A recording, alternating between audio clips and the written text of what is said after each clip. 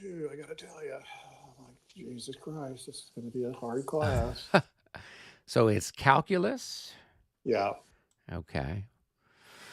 Yeah, well, it's probably been a while since you've had to do. Did you ever take calculus back in your I undergraduate took days? calculus in 1985, and I remember leaving that final exam distinctly and saying to myself, and then following through on it, I am going to select a degree that requires no more math. I am done. And so I got myself a degree in forestry, which I had to take calculus, but I had that under my belt and no more. And I was like, okay, this is what it is. And I did, of course, I didn't need it in law school, but now it's a different story. But yeah, my algebra and trigonometry was now plus 40 years ago. Too long ago. Yeah, no, I would not want to have to take stuff. In fact, when it was probably at least 10 years after well, maybe a little bit more than 10 years after I graduated, I went back to get a master's degree in history. And so they said, oh, well, you've got to take a math class, this, that, whatever else. I'm like, no, I don't. They're like, oh, no, it's a such and such. And I'm like, okay, here, look at my transcript. Look at the math classes I took before. I'm not your typical, history major who's transferring from, having done a history major in undergrad to now a master's degree. I did statistics and this and that and calculus. I took like a year of calculus, a year and a half of calculus. And they're like, oh, yeah, you've got enough. You don't need to worry about it. I'm like, thank you. Yeah. So in addition to Yeah. saving myself time, I didn't have to spend money on signing up for a bunch of silly math classes that I'd already gone well beyond whatever the minimum was at the time. So Yeah. And this engineering versions of these classes are a little more intense than the previous version I took. oh yeah, I'm sure they have that It's like, element to it. it's Yeah. just, it's like, oh God, because it's got analytical geometry to go with it. Mm-hmm. I was like, oh God. Ugh.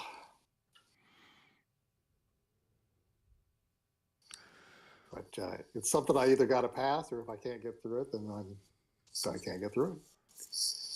There's a lot of support though, so I should be able to pass. I hope. Yeah, I mean, there's probably people there that can, tutor you or whatever else that you Oh need to yeah, do. there's this tutoring office. There's a math help room. There's TAs, GTAs. Yeah, Mm-hmm. lots of support. The library has tutors, so there's at least 4 places that I can get tutoring Right. at no charge. And plus, I could even hire a tutor if I wanted to get extra help. Cool. Yeah. But I was happy to get through the hardest course in the computer science department last semester.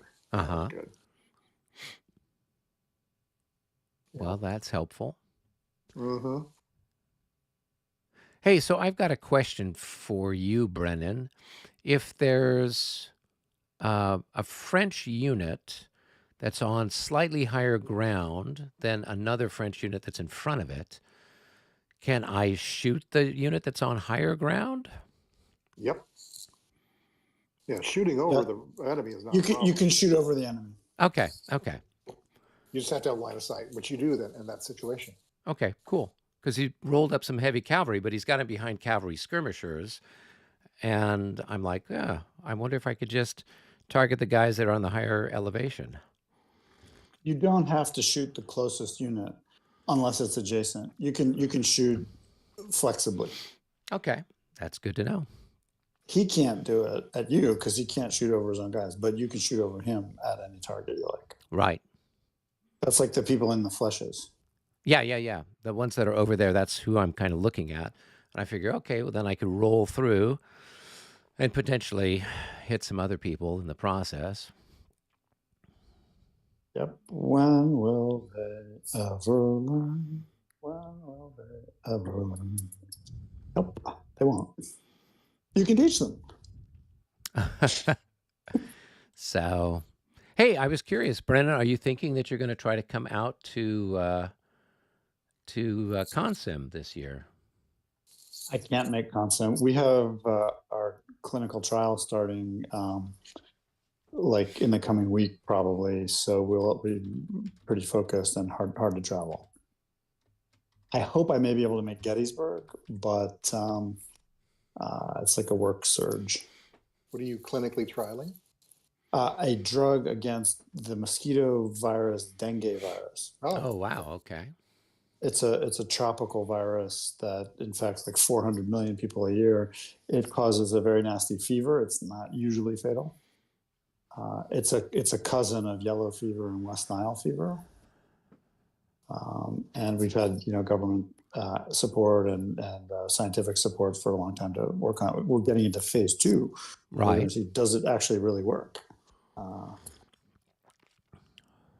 We know it's safe. Like we tried it in humans and it was safe. And now we're going to see if it. But efficacy is always the big test, and most drugs don't work. I think you like it or not. So we'll find out. Cool. Well, that should be fun. But it requires just a lot of attention by the whole team when this kind of thing's going on. Based on the chits and so forth in the game, Eric. Yeah. What is your potential? Maybe there's just zero potential for, like, you may not even want to do it if you could, but you got that massive stack in compans in front of you with with that 525 on top of it. Yeah. If you can get a shot on that bad boy, you get some serious DRMs. Well, his chit came up at the tail end of the last session, so he hasn't actually moved. So he'll be moving that this I see. This game. So he's gonna distribute. So yeah, so it's in all likelihood he'll be doing something with that, I imagine. Yeah. Yeah. So we'll see. I got plans for things to do over there, so we'll see how everything sorts itself out. As everything else goes, it's just a matter of what happens, who gets drawn where, when, how, etc. So, but I think what we've got. Brennan, did you get everybody on your side of the map has moved yet, or? Hello. I think so. Yeah. Hey, Rick. Hi.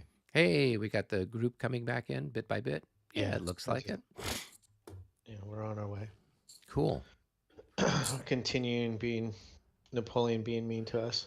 Yes. The beatings will continue until morale improves. Yes. Exactly. There you go. Yeah. But sir, there's no but. I'm heading to Spain. That's all I can say. Is that it? It's gotten so bad you're going to go to Haiti, just like send me to Santo Domingo, please. You put me in charge of the polls. There's no but. It's either do or do not. But. Cool. Well, very good. Right. I do have some things for Brennan here. All right. Brennan, this stack over here, could you correct it to get the units under the correct thing on that? Yep.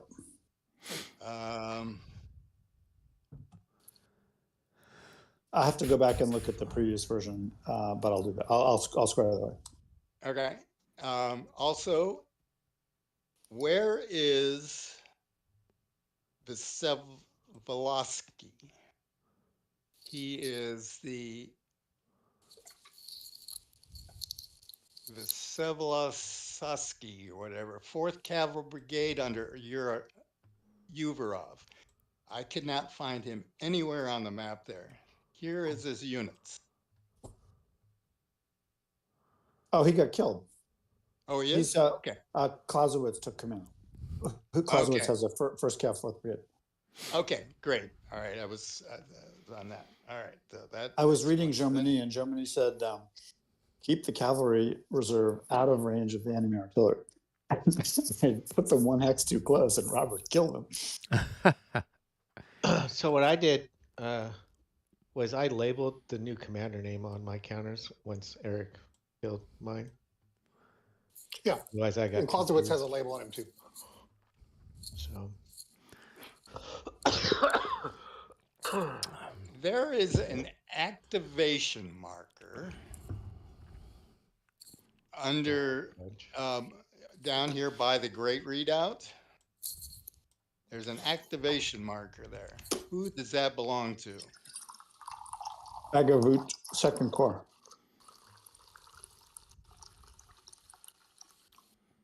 All right, could we kind of keep it with him?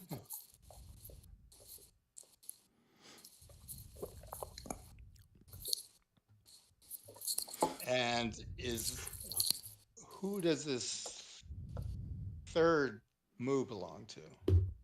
Doktorov. It probably belongs to Dorokhov. Yeah, I think That's the right. cavalry I'm saying it commander right. there, yeah. Yeah, that's what I'm trying to say. Gesundheit. All right, now back over to the left again. All right. Euler has a bunch of things that he can't command.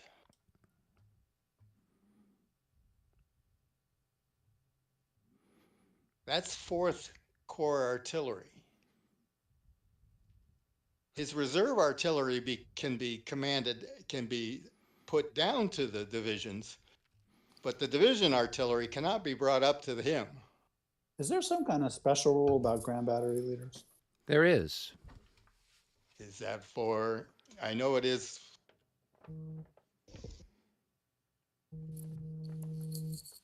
Is it for both?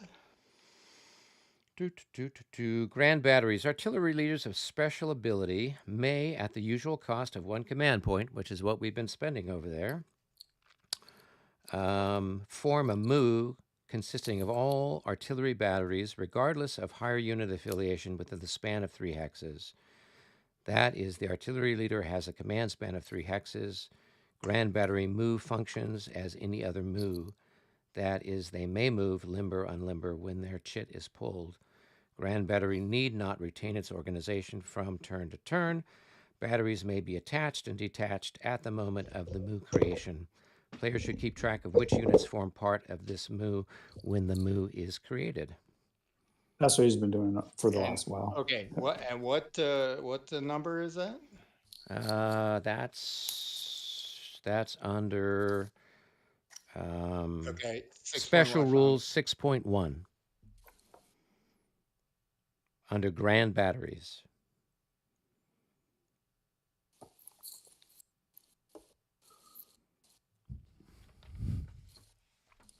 Okay, all right. I was just, and within what? How? 3 hexes. 3. Okay.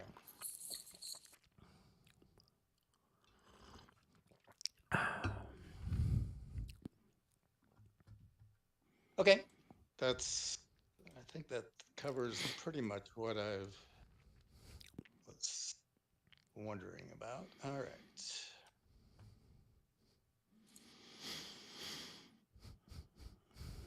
So third move.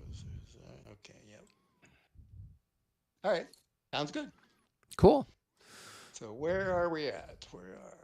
We had some stuff that got pulled, but we didn't have a chance to work on it. So we have French MOO number 1. We've got French MOO number 9 that we're waiting to take place now. So I don't know. Russian 4 done? Russian 4, I believe, is done. Okay. So, Rick, I'll meet you down in game room 1. Okay.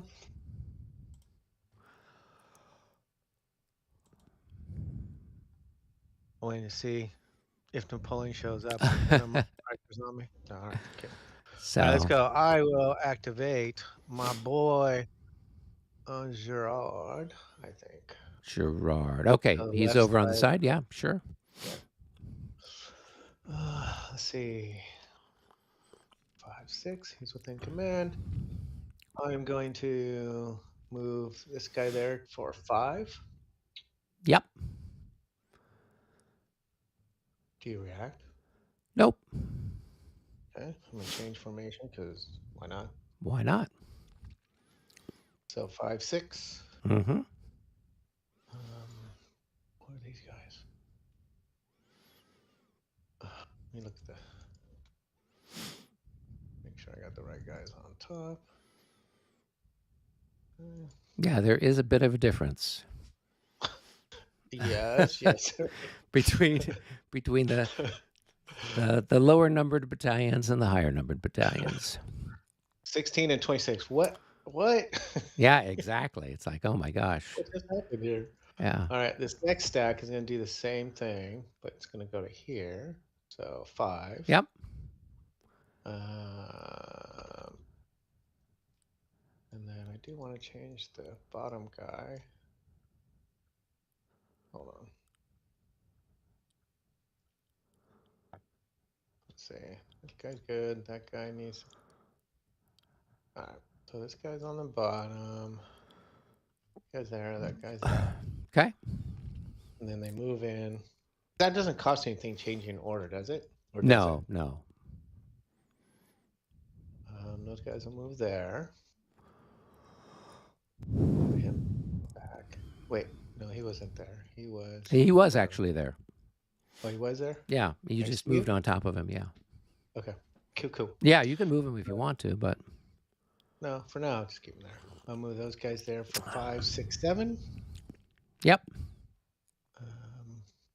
He's dreaming of going in there.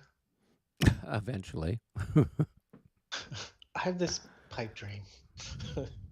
It's okay. I have this guy down the thing. It's going all the way through and like. Oh yeah, there's who is that? He battle. belongs to somebody. Yeah, by the time you're in Moscow, he'll be yeah.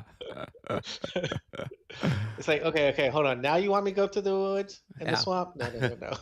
Wait, go back? No. Forget it. I'm just staying here. You guys let me know. All right. Do I have anybody else? He doesn't have a lot of units, huh?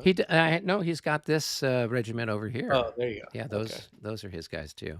All right. Let's see. Let's take a look at these guys.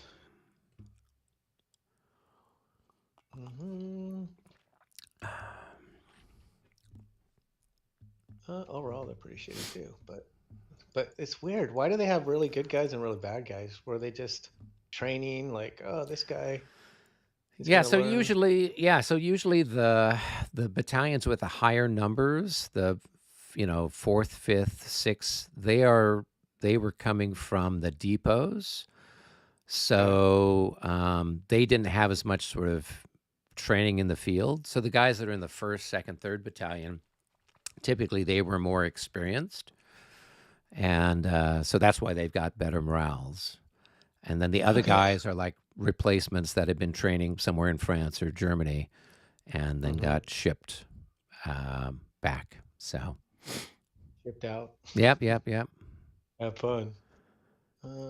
Okay, I think that's all his stuff. Yep, that's it for Gerard. So now I'll move to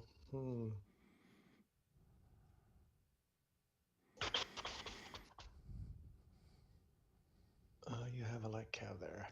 Can I move your light cab? Yeah, sure. I don't screw up as usual. So he's 2 hexes too. Okay. I will move Campons, I guess.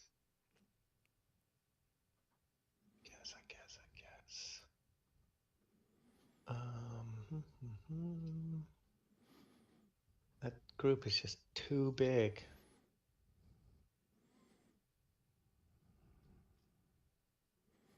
Well, you don't have to send them all in, right? Come on, Eric. This is me. You know that. Well, send them all in. I know you keep I'll be happy for the big plus 18 or whatever I get on the friggin' fire roll. You know me. You're like, I know. In every game, I tell you the same thing. That's right. Someday it'll get through. You're hopeful. I appreciate that. Well, the thing is that my hope is that we'll be on the same team someday. Next time we play. We were supposed to be on the same team at Dresden. I was excited. Yeah, and then all the guys on the Allied side got sick and bugged out. So we'll have to make sure that we're on the same team. I'm going to go into line, turn into line, then go into that hex. Okay, so you're forming line here. Yep, and then moving in. Okay, so then these 'Cause if guys I at move least can in, take a shot yeah, at or you. you can't because you're in skirmish, Oh, remember? yeah. I don't get to do the opportunity fire. Yeah, no, you're right. Yeah, Cool. yeah. Which is weird, but whatever. Hey, it's Like, you it's come on. regs. I know, dude. Yeah. It's like, wait, you can slow me down through my troops, but you can't opportunity shoot me. I'm confused, but okay. Yeah, they've got that weird. They've got some other rule called harassment, and I think that's Which like isn't if related to me moving. Like, no, but that's if like like you. That's somebody like if stop me, you are retreating routing. through it or Yeah, routing through it, then it yeah, causes more yeah, loses or something. So yeah. I don't know. Whatever. I'm not yeah, gonna criticize. This yeah. isn't. It is what it is. Mm-hmm. Okay, so these guys are gonna go to line. Cool. These guys are gonna go to line. Cool. And see if I move these guys in line, you get a shoot at me, which really sucks. Oh, the ones that are up there next to me, yeah. Yeah. But it's opportunity fire, so it's actually half. Halved. Yeah. Yeah, true, but let's look at this morale. See how excited I'm gonna be. 22. Yeah, it's not great. It's not great, but it's The other guy's 24. could be worse. You know, so hey Rick, let's put your best guys up front first. That's great. What do I want to do with these guys? I think so. When I'm infantry in line, every other hex costs 1.5. No, every hex costs an extra +1. Oh, extra hex costs a +1. Yeah.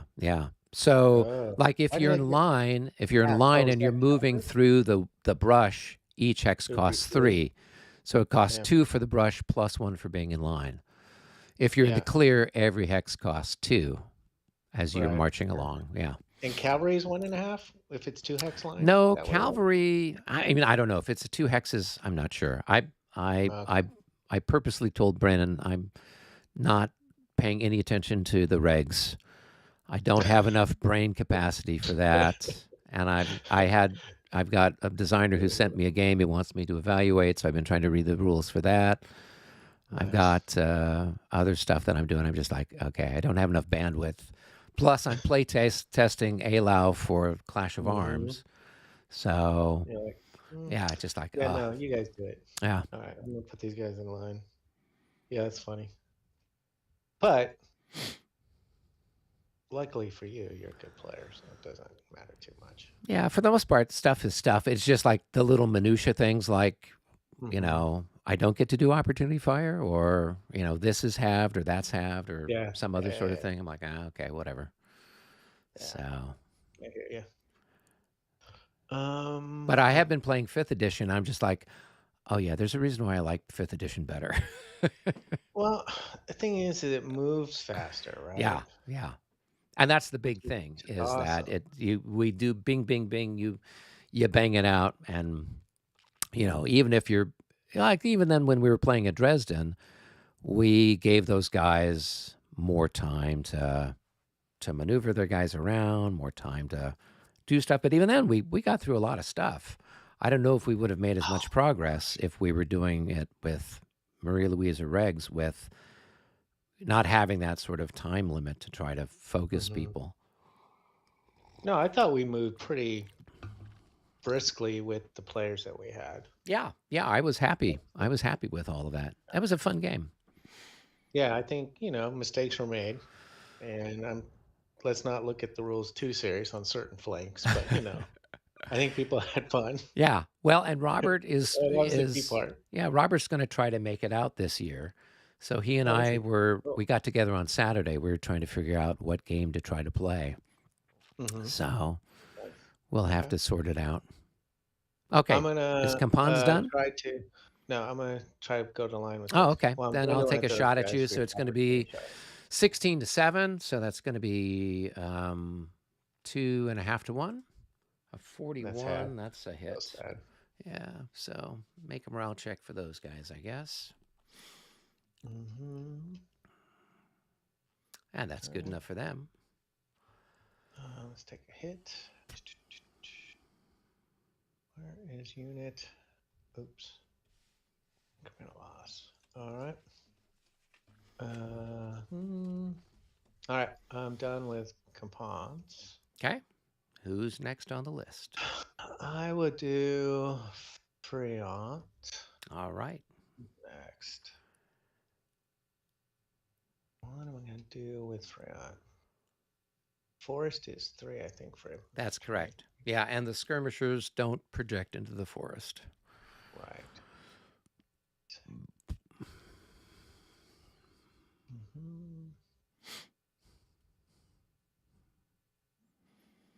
Mm-hmm. I think I will 3, 6. Man, you should shoot the shit out of me if I move.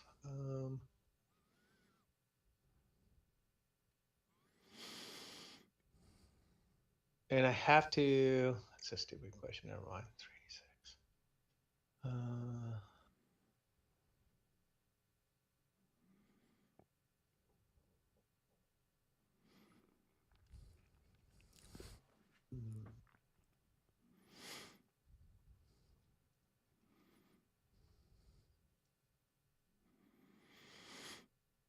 Brush for cavalry is. It's 4, I believe. Brush. 4? Yeah, 4. Yep. Oh wow, I thought it was higher. Artillery, it's 5, and brush is 4. And forest is 7. Maybe that's what I was thinking of. Yeah. Forest is 7. Yeah. I am going. No, it doesn't matter. 3, 6, 7, 8. 8. I'm trying to see if I can get my line over there, but I don't think I can do it. 3, 6 on the flank.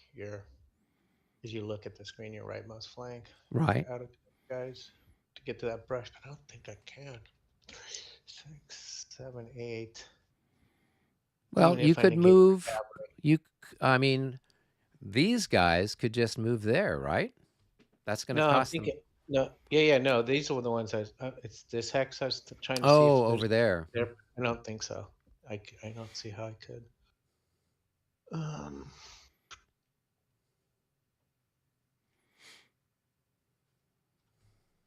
Just don't see it. And when I move into a unit that's already in place, do I go at the bottom of it or at the top, or do I get to choose? I think if you've got movement, you can pick which one it is. I don't think it's a case where you got to go in the back. That's like a stacking question. That's page 17.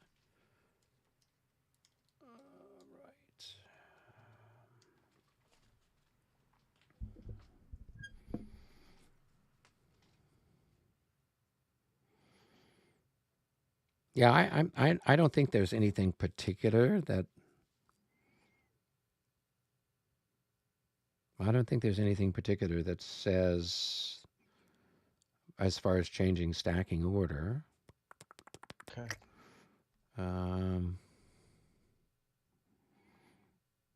Yeah, and I would say if you've got enough movement, you should be able to do it.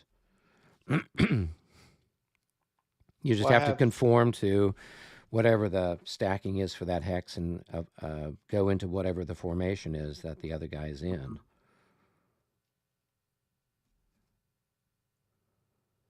So 3, change formation, 4, and then to move into that, that's +1, so it'd be 8, so I couldn't do it. So I'd have to change the formation once I'm in the hex, at which point you'll get an opportunity shot at me. Right, but remember, it's halved because it's opportunity fire. Yes, tell that to the guy who just got shot. Yeah. He learned an important lesson. Okay. Here's Rick learning again as he loses another leader. All right, I'm going to go ahead and go to line with that guy. Oh my God, stop moving. Well, he can't go into line because he's in the woods. He's in general order. Oh, he has to. Yeah, so he's in general order. He doesn't have a choice. That doesn't matter. Yeah. So Now you could move him back and then move him in there, right? That's going to be 3. No, because you're a cav. Oh, Unless yeah, I my move cab projects back. there. Yeah. If I move him out, because your cab projects there, I could Yep. negate your cav. Yeah, if you bring your guys up, I Yeah. guess.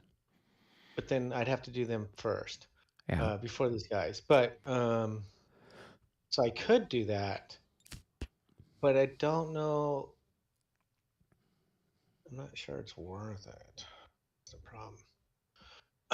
So I'm going to be conservative, not be crazy. Enough for me to say that. I'm going to go to here. Okay. And go into line. Sure. And then these guys are going to move up. These guys are going to go 3, 6. These guys are going to go 3, 6. And they're heading over there. Cool. How are these guys doing? 3, 6.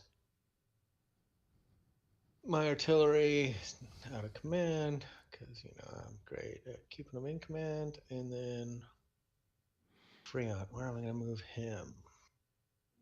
I'll just move him up. Okay. So I think I'm done with Freon. Cool. Now I have Morand. I don't know what to do with Morand. This is where, me, send everything in, then get off foobarred with my command structure. Mm-hmm. I'm going to listen to Eric in the back of my head saying, keep a reserve. So I'll keep a reserve, but let's move his artillery. His artillery needs to do something. We're going to go 2, 4. 2, 4. What am I saying? 1, 2. I'm just going to move these guys up to there for now. Moran is going to keep a path through, so he's not going to move anywhere. Yeah. So Moran will stay there. Same with, I don't know if they're out of position, but I'm going to keep just X. I don't know how you say him. Yeah, that's I'm going to good stay enough. in reserve 2. I think 1, 6. I'll move the commander though.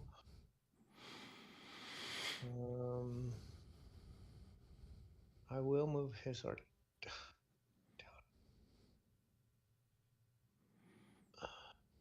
Everything can be overstacked though. So I'll move his artillery to there.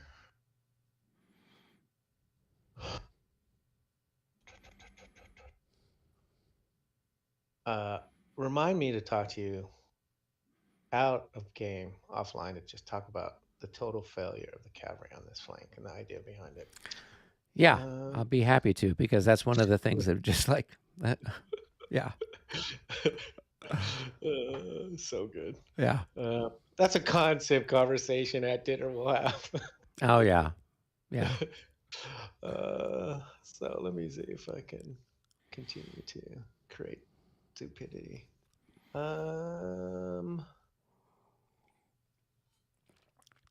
I will say that you're putting yourself in a better position to deal with the cavalry, or at least my guys, but it's still taking you a long time. No, the cavalry shouldn't be where it is. Yes, no, I totally agree. All this cavalry, the only cavalry that should have been over here is the light cav. Yep. Everything should have been up in the middle. Yep. It's totally useless where it is. It's just giving you free points. But whatever. Well, I'm really looking forward to my artillery shot over there. I finally have a target, and I'm going to see if I can't shoot Marat off his horse. You should try to. Yeah. Marat, he's already moved. Oh, yeah, everybody's moved. Yeah, everybody's moved. So he's now a fair target. Yeah, you should be able to get Well, that. in the ALAU game that we're playtesting, a Russian cannon ricochet took out Marshal Augereau. Really? Yeah. So I wrote Ed a note like, okay, who replaces him? He was like, Right. What did you do? And I'm like, I shot him. Ojiro caught the cannonball with his face. He's like, didn't you know about Ricochet? I'm like, Jim was playing the French and I was playing the Russian. So he's like, oh, okay. So so then now Ed's got to write rules for what happens when your French marshal gets killed. So we've got an update for that. But I'm like, Ed, that's why we do the play test. So that way somebody at home isn't doing this and then writing on Consim or Facebook like, what happens now? Yeah, no, I agree 100%. Yeah. All right, I'm going to go ahead and move the cavalry next. Cool. It's 2. No, we said it was 4. 4, 8. Rook 'em. 4, 8. And then the I think that's it. That's 8. it. Yeah. Because the marsh is the same as the forest. It's 7. 7. Yeah. I guess it doesn't matter.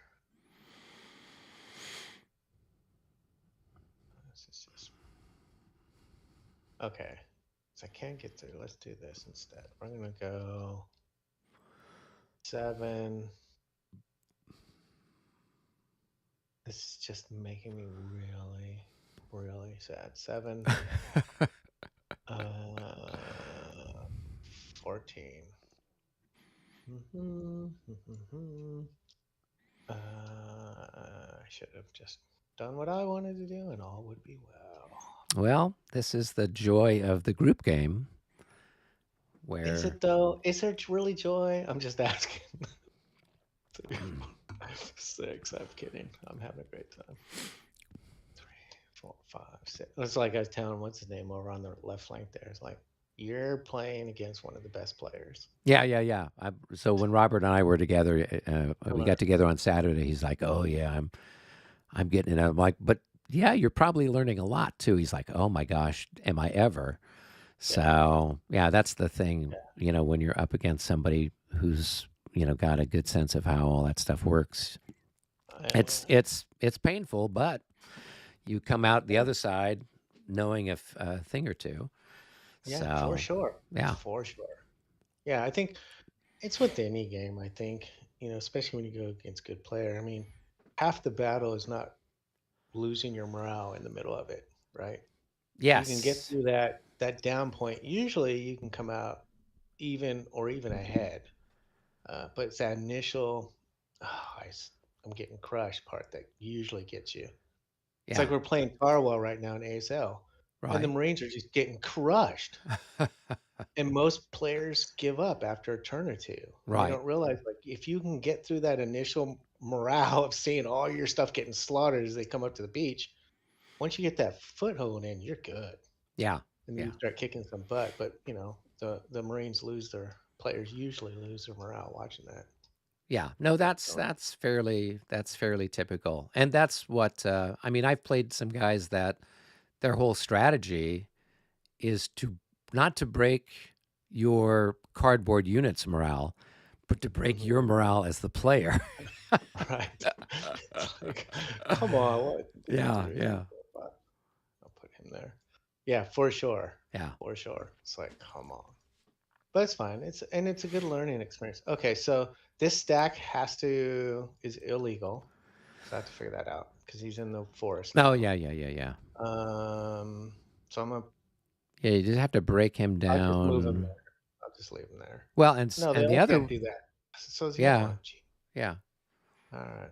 So I guess I won't move these guys. I'll just leave them there. That's fine. No, I'll move. On hindsight, I'll just move them up a little bit. No, can I move them there? What's the cavalry there? I guess I can move them at the cavalry. No, we don't have to worry about it. Yeah, you move the cavalry and then you move that infantry division, and you're fine. Yeah, I'll do that. I think this guy is now out of command. Let me mark him out of command. So yeah, let's see if we can get on the same team in concept. That'd be great. Yeah, that would be a lot of fun. Yeah, I'm going to try to come out for the whole week, so we should be able to play a nice long La Bataille game. Yeah. So, I mean, I don't. There's a chance I don't make it because I'm going to Japan for a week. Oh, in fun. March, with the family. One kind of big family When are trip. you when are you leaving for that? The last week of March. Hmm. We'll be there. That's when I'm going off to Portugal. So nice. yeah, it's I think the 27th or 28th of March, I and wanna go to coming back Portugal too. April 5th or 6th. So Nice. yeah, Great. that's why I'm not going out to Gettysburg. Same. I'm like, I can't Yeah. do all this.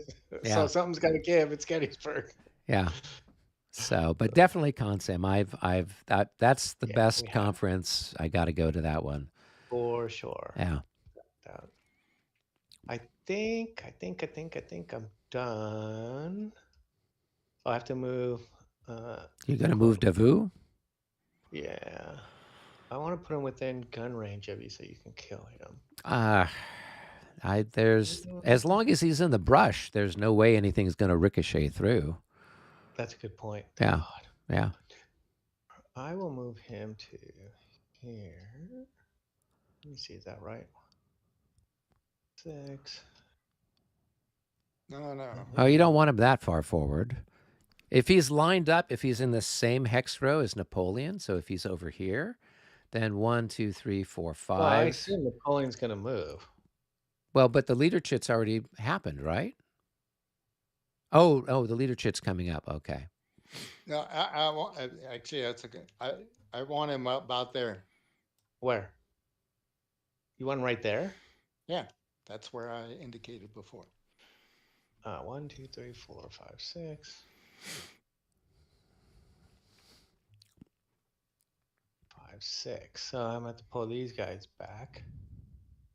A hex. He can go. He can go there. He can go over 1. Picky little. You're so fickle. Yeah. All right. I think that's it. So he's straddling a hex right now. There you go. It's not on my thing. Oh, okay. Yeah. Thank you. All right.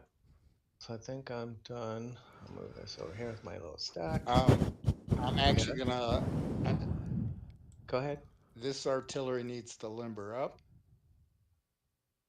The commander needs to go over to that. Are you talking? There. You want me to do something? These are yours, right? Well, those are yours, man. That's your artillery. For some reason, I thought you took them back. Okay.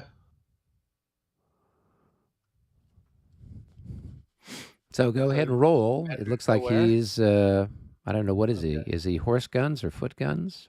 It's horse guns, I believe. Yeah, and with a leader, it should be automatic, right? 1 through 5. Yep. So leader tries to limber. Yeah. Okay. Where do you want him? Oh, Napoleon. 1. Where am I going? Well, the guns stay there right at the moment. Okay. I want the leader to go over here. Okay. The leader has moved to there. I thought you were going to unlimber that. So I didn't unlimber that because I thought I could push him in, but you're right. I should just freaking unlimber him. Yeah. Because once I unlimber, I can't push him forward, right? No, you can't prolong. No. Not in brush, no. Yeah. Now, if I unlimber this guy here, can he put a point into there? No, because it costs 5. He can't prolong. And he couldn't prolong in there because it's illegal too, right? Well, because it costs 5 movement points for him to go in. Mm-hmm.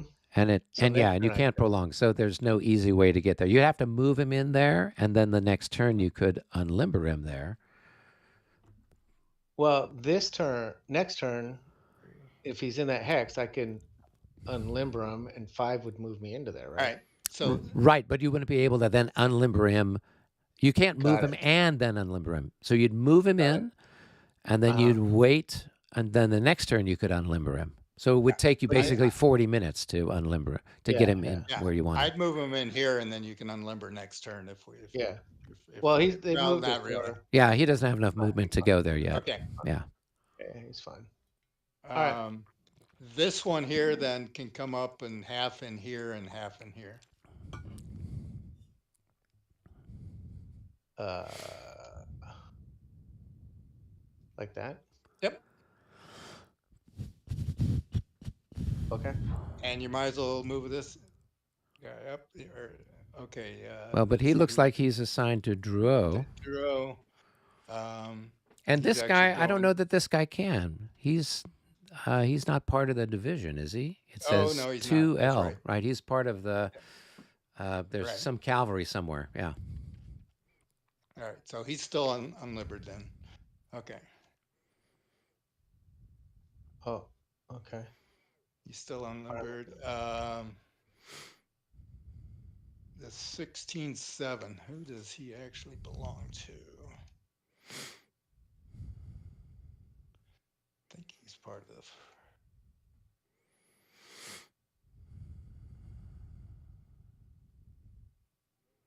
5th Division. He's Compans, probably. Compans is the 5th Division. What's the stacking limit for what forest? I think it's 10. 10, right? Yeah. Yeah, I think stack's Yeah. illegal. Hold on. So, yeah, so this guy's part of Compans. So he's out of command if he's, but right now he's assigned to Drouot. Right. So you could switch him over to Compans and then he could move during the regroup phase. Which we've already had this turn, but yes, and we could also, let's see, Compans 1, 2, 3, 4, 5, 6. Okay. Which one's part of Compans? This guy This here. one here. Yeah. Yeah. So it shows the division number that he's part of in the upper left-hand corner. And Compans is the 5th division and he's the 5th division. But he probably started the game, maybe as part of a grand battery or something like that. Right. Yeah. That whole grand battery over here was. Yeah, a whole most bunch them of was from the first Davout corps. stuff. Yeah, yeah. Yeah. So it's actually going back over to him. That's why. All right. Well, I'm gonna mark it appropriately then, so we don't keep seeing it.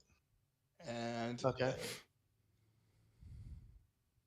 let's see who this one is, because he's going back to 3rd. I get. You say the upper or the right side says what division? Right. So he's 1st Corps, and he's probably division guns. No, because those are the 12-pounders. So they're not Right. division guns; they're corps. They're corps. They're corps guns, right? Yep. So they're in command.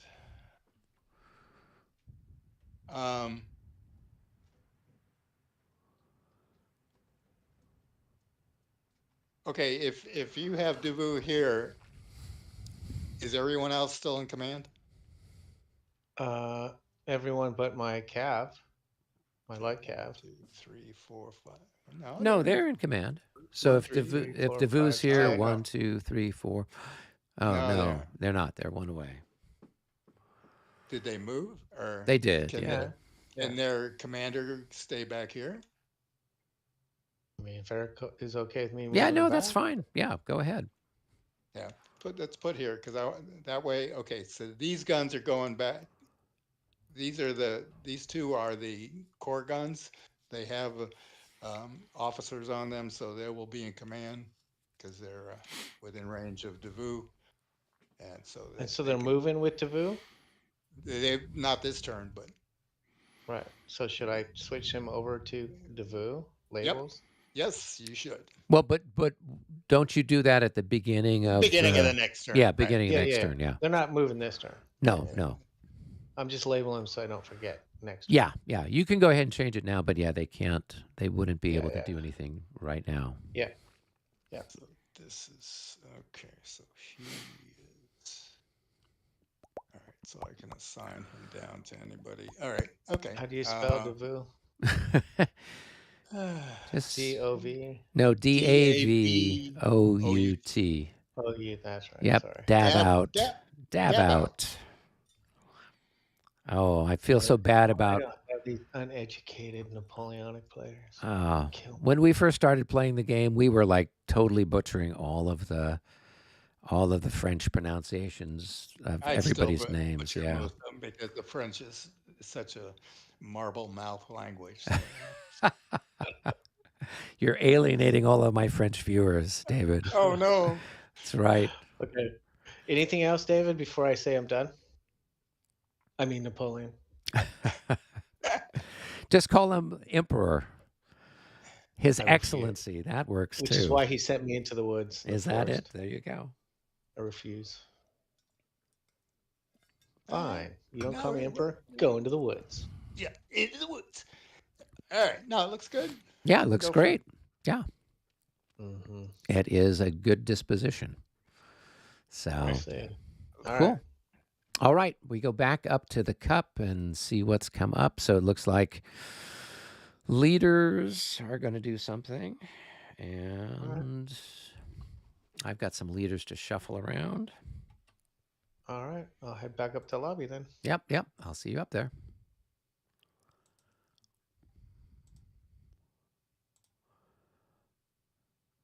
Leaders.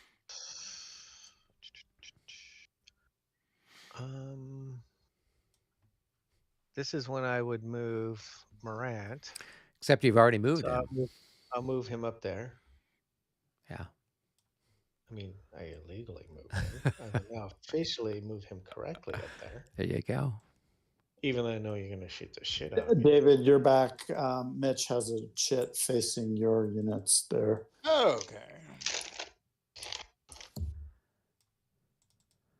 All right. So this is Third and halved. doctored off. So it's the provisional cavalry. Well, it's okay. It's Dorokov. So it's the 9th Cavalry Brigade and 11th Cavalry Brigade. Oh, okay. Never mind.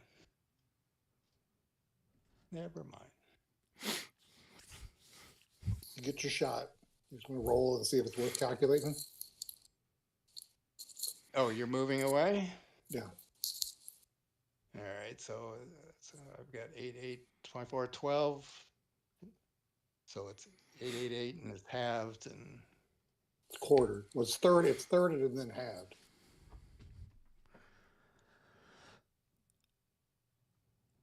well, okay.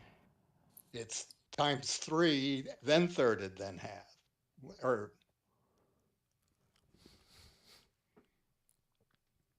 it's 8 from each square, which is 24, and halved is 12.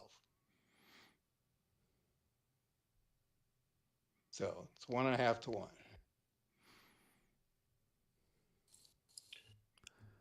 I don't think that's enough. That's not enough. I think you need to get into the 40s. No, it's 42. Are there any pluses Yeah, for the just look at size of the Eric's unit? roll. Oh, well, there were some pluses, yes. +6 for this unit size. So that would make it a 41. Yeah. Did I just So miss? 1.5 to You 1. skip, Yeah, you need a that. 42. Yeah. Close but no cigars, they say.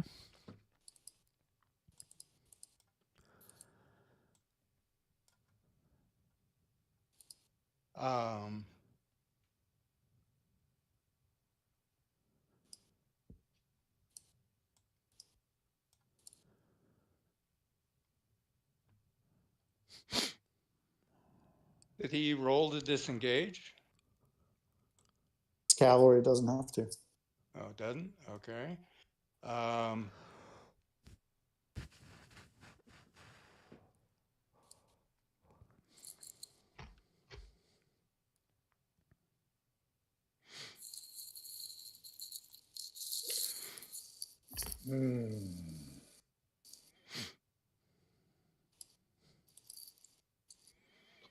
Eight. 16.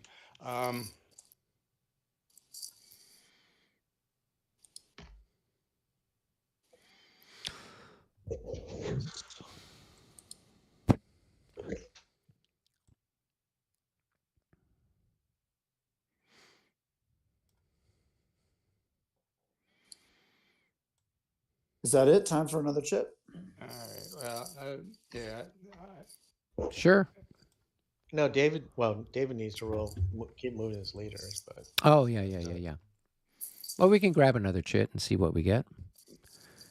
Mitch, do you have anything else in ME3? No, I think that the blue one's in a good spot, don't you? Yeah. All right, it looks like it's French number 7. As you know.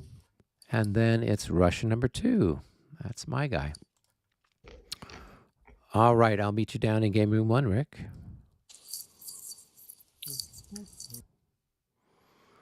All right, let's see what excitement we'll do here. You meet again. Indeed. Where are you?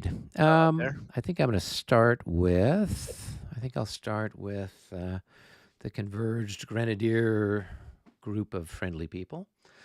So this guy's going to go 1, 2, 3. He's going to change into line and 4. He's going to move 4, 5. So 1, 2, 3, 4, 5 gets him there and in line. Well, 6, right? Yeah, 6. Yep. Yeah. Okay. Let's see this guy. We'll just turn him into line and park him there. This other chap, what can he do? Yeah, he can go 1, 2, 3, 4, 5, and he'll then go into line facing, whoops, that direction. Okay, cool. Now, oh yeah, we got this chap over here. What can we do with him? Oh, he'll move here. He'll be our new reserve. And then we've got, I think that's it for those guys. So now we move up to my other group of grenadiers up here. So we're going to go, this guy's going to go 1, 2, 3, 4, 5 to go into line, and then 6, 7 puts him right there like that. The other guy, Little Russia, Siberia. Okay, so we'll keep the Little Russia people together. We'll put him there. Same thing. Okay. Like that. We'll move these guys up so we have a new reserve.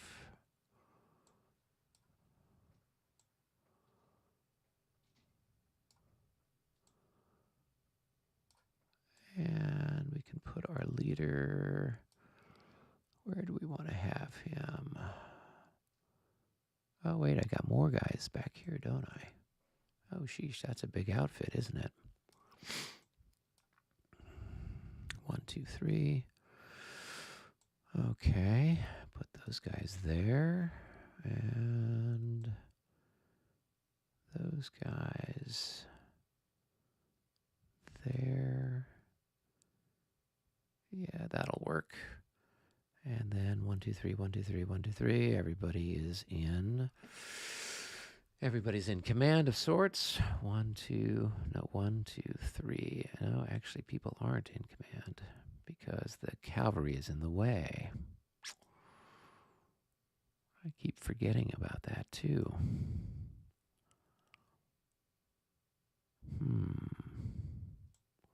If I put him here and this guy there, and then have this guy over here instead. So 1, 2, 3, 1, 2, 3, 1, 2, 3, 1, 2, 3. Okay. I think that takes care of those guys. And then now we move over to the 27th Division, which is over here. And we've got some guys that are going to move. So this guy's going to go 1, 2, 3, 4, 5, 6, and 7 puts him right there. These skirmishers will go there.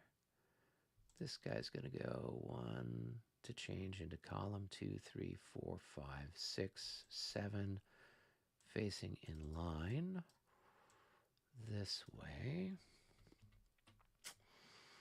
All right. Is that 8? Nope. That was 6 to get there and 7 to go into line. Oh, I thought you changed into column and went, sorry. Go ahead. Yeah, so he did. So that would have been 1, and then it was where was he? 2, 3, 4. Oh, no, I thought he moved 5. So 1, 2, 3, 4, 5. So he was here. So it's okay. Yeah. So it was then 1, 2. So 1. It's fine. 2, You're 3, good. I 4. don't. Yeah. Doesn't matter. Yeah. Doesn't matter. Go ahead. It's Yeah. okay. Okay, good. You had me worried there for a second. All right. I mean, if you're off by a hex, it doesn't matter. You know what I'm saying? We'll bring these guys here. And now, if you were moving your guns up like 2 hexes away, then we'd have a discussion. But, yeah, well, this I is fine. can't do that. This isn't going to change anything. It's not really. Either you're going to crush me or you're not going to crush me. That was fine. I don't think I can do that. Yeah. Well, are these guys 15 morale too? Which ones? The ones you're moving now? No. This is the less than brilliant group. So they just have morales 16. of 16s. Yeah. These are the slackers. Yeah. Yeah, they're the slackers with only a morale of 16. Yeah. It's their famous what's their soup like food that's good? Borscht or something? Yes, borscht. Yeah, so these guys only got half a bowl of that. Yes. Not their usual Still good eating. Full bowl of borscht. Yeah, it's good to eat. Yep. Yeah, I was in St. Petersburg. I had it for the first time. So good. Oh, really? Okay. I've never had it. Yeah, it's good. Well, it's interesting because I'm at this little kind of dive restaurant, and there's a bunch of Russian guys there speaking Russian. Eventually they come up and they're like, "Hey, you're from America?" It's like, "Yeah, no kidding." And they're like, "Hey, try these," and they just bought us a bunch of food and vodka. I was like, "Oh, this is awesome! Thank you. You guys are great." And the food was excellent. Vodka was great. I'm like, okay, you guys part of the mafia for the rest of the night, or? Oh yeah, this guy can't. He's part of a different group. He's got to go the other way. Okay. So sorry, I moved somebody. I'm like, his pants are the wrong color. Okay. Good job catching it. Yeah. It's hard because their belts are black and yellow, and this is black and slightly less yellow, and others are brighter yellow, and it's like, oh my gosh, give me a break. Yeah, I think I'm good where I'm at. Or as good well, you as did it's what I gonna thought get. you were going to do, and I didn't try to change it. Well, there wasn't a lot that you could do. Yeah, I could charge. You're like Cav. I could have. You could have. Yeah, you could have assaulted it, but actually, the better thing to do is to shoot them. Well, that's what I'm going to do. Yeah. And then if you get them to disorder or rout, then they've got a rout over my guys, and so then that's when there's a potential for chaos. So but I'm starting.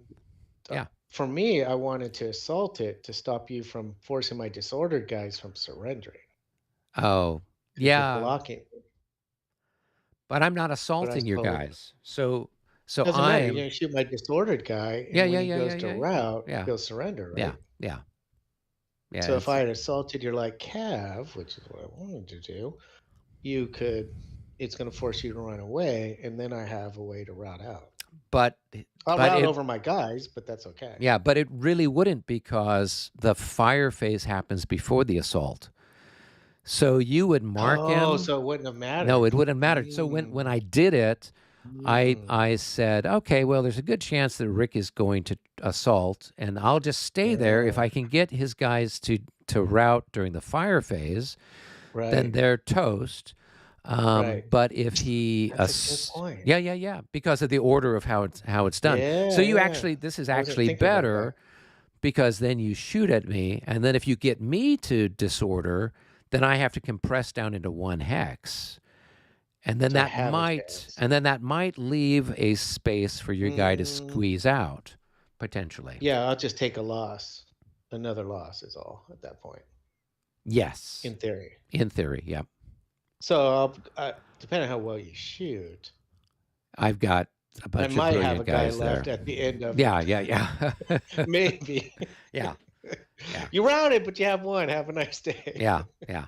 So, but the other reason why I pushed the skirmishers up was so that the guys that were further back would now be assaulting at a range of 0. So they would then have they'd have that penalty for assaulting from close distance. Sure. And yeah, so that was the other reason why I did that. So, and plus they're Cossacks and I don't care about them. Yeah. So well, the thing, I wasn't too worried about that because so my thought was to charge the light cav, and then if you run away from, assaulting the light cav, if you run away, then I can convert that into the next guy. You could, but yeah. But then you're still like, assaulting from a range of 0. Exposed. Yeah. Well, I don't know that the roll matters at that point once you convert it, right? It's from the original. Still have to. No, you from still the original roll, right? Well, the original location. Yeah, but the original location is at a range of. So when you declare the assault, if I retreat before combat, you're not making a morale check. You advance into the hex, and then you have the option to attack somebody else. And if you do, then you're making the attack based on the distance you were from the beginning. So say from the beginning. Yeah. So say you'd assaulted from 4 hexes away, it would still be 4 hexes away. Yes. When you do the advance into the empty hex. Yes. Yeah. And then when I convert, it's still 4 hexes away. Yep. Yeah. Okay, we're saying the same thing. Yeah. Yep. So cool. Yeah. Okay. All right. Well, I think that's it for me. I didn't have anything more exciting to do than that. Come on now. Yeah. Okay. Cool. We'll head out. Yep. Thank you. You're welcome.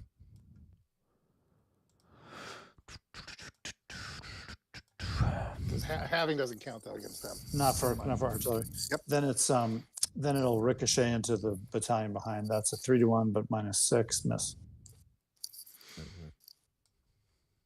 I guess we are doing shooting. Opportunity fire, I guess.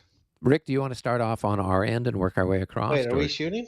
Are we done? Yep. Oh, yeah. Yeah. Well, let's go down to ours, and we can at least have some fun down there. All right. Robert, do you want to?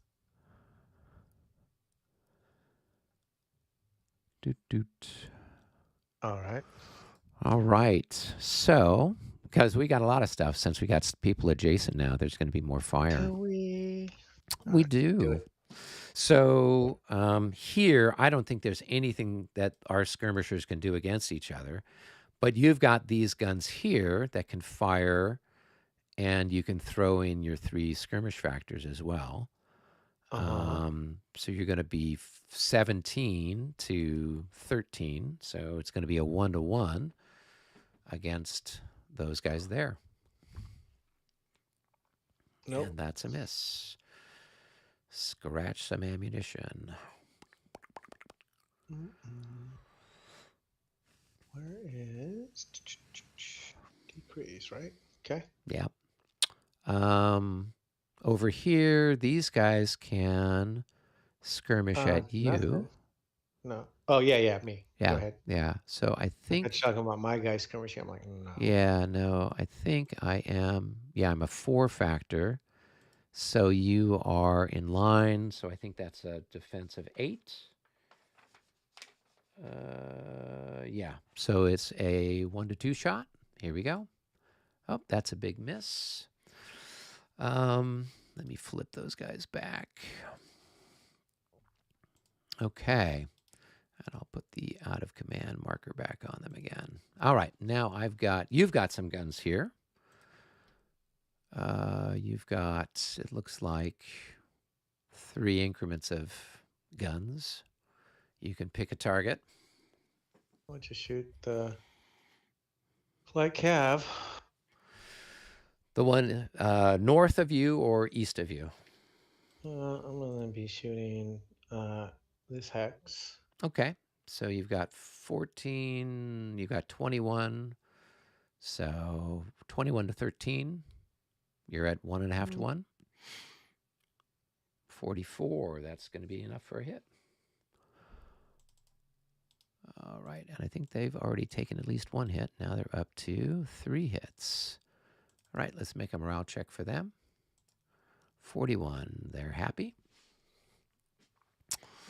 All right, I've got some guns. I've got some guns up here that can fire, and I think I got a line of sight on this, and then it'll roll through to there. So we're at 1, 2, 3, 4, 5, 6, 7, 8, a range of 8. So it's going to be 5, 10, 15. So 15 to 16 with a +4. 53. That's going to be enough for a hit. Yep. So chip off the top unit. Oh, yeah, let me take off some ammo too. Hold on, decrease. And then kind of below that.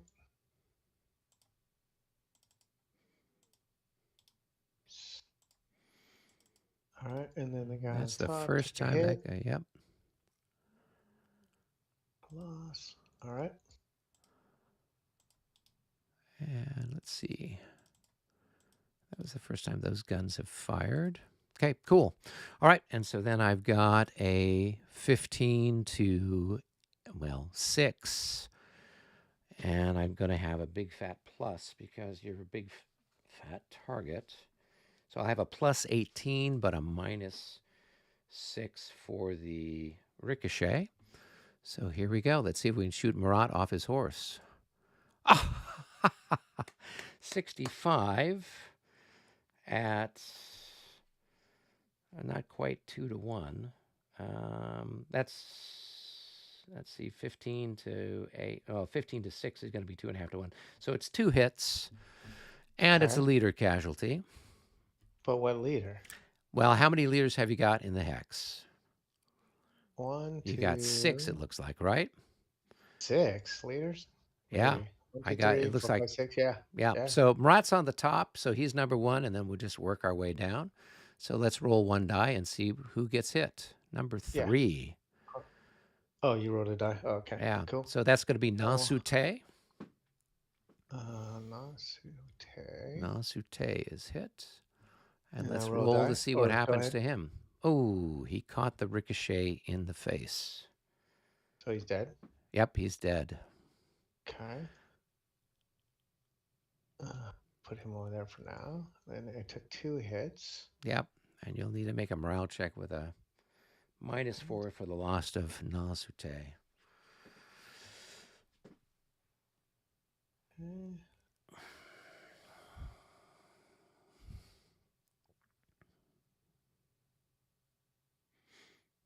You know you only do this to me, right?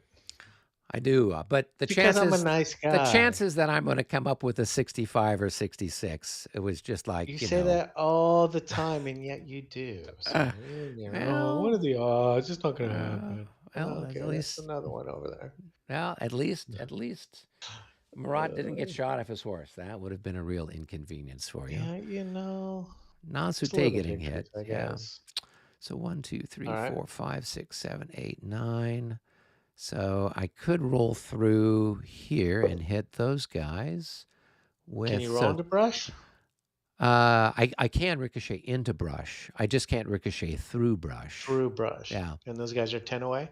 Yes, and these guys got a range of 12. So it's going to be 5 to 8 with a -12. I don't think I could hit you.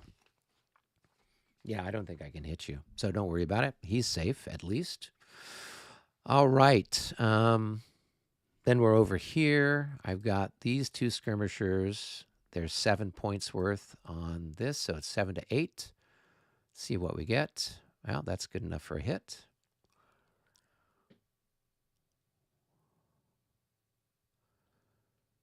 Morale check. 15. What are the odds that they might be disordered? Oh, yeah, 22. 22.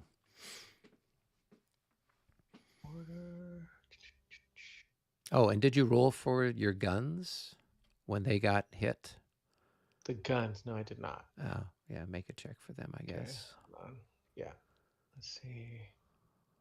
I'm looking for unit. Oh, it's down formation. No, morale. There you go. All right. For the guns. They're 62. happy. And you rolled for the stack that lost Nansute, right? Did I? Let me look. Nansute. No.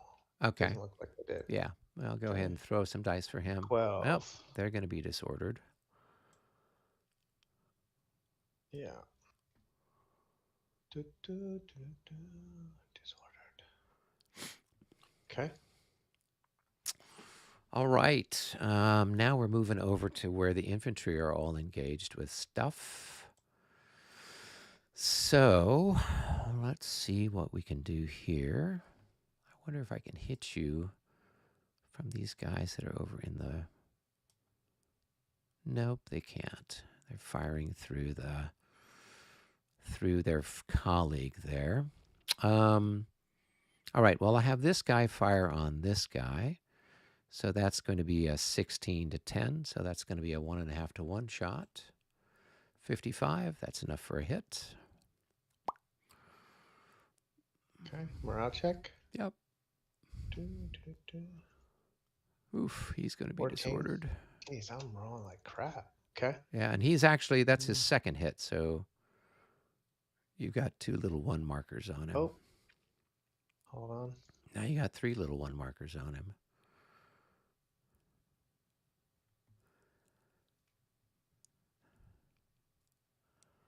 Okay.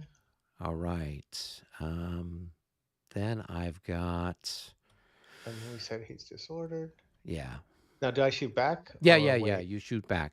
So why don't you go ahead and do what else you're going to do? Give you a turn to take a shot. It's all simultaneous, so. No, I just... Well, we can remember that they weren't disordered when they shot. That's fine. Because they're all basically piling on the light cav. Yeah, I kind of figured that. So we've got 1, 2, 3, 4. 4 times 16. What's that going to be? That's 64. So those guys in line can fire into this left flank like that? Yep, because the line is refused. Because these other guys came up behind them. And that allows them to bend? Okay. Yep. In full? Yep, so it's 6 to 1 on the guys that That's are... not right. Yep, the guys that are disordered. 64 at 6 to 1, that's going to be 3 hits. 3 hits, nasty. 3 hits. So that's a 4 now. Yep, and they'll make a morale check with...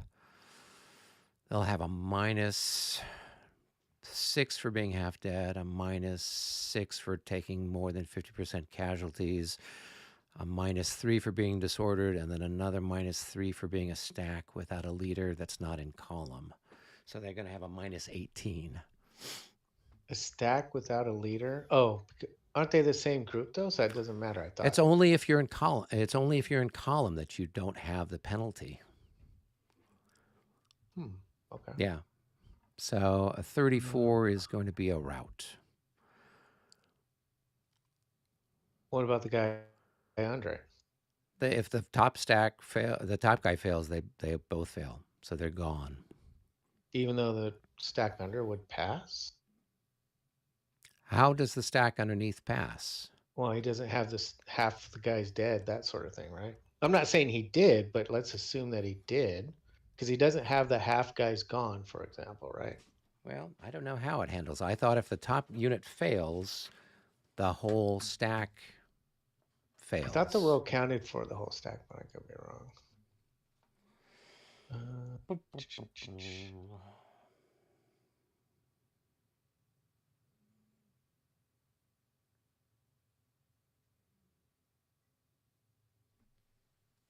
Send these guys to the pile.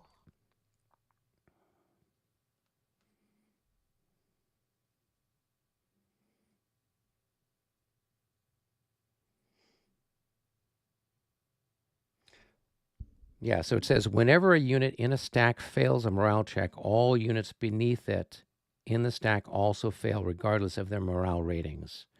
If some units in the stack pass and some fail, the morale check displaces the units that would fail.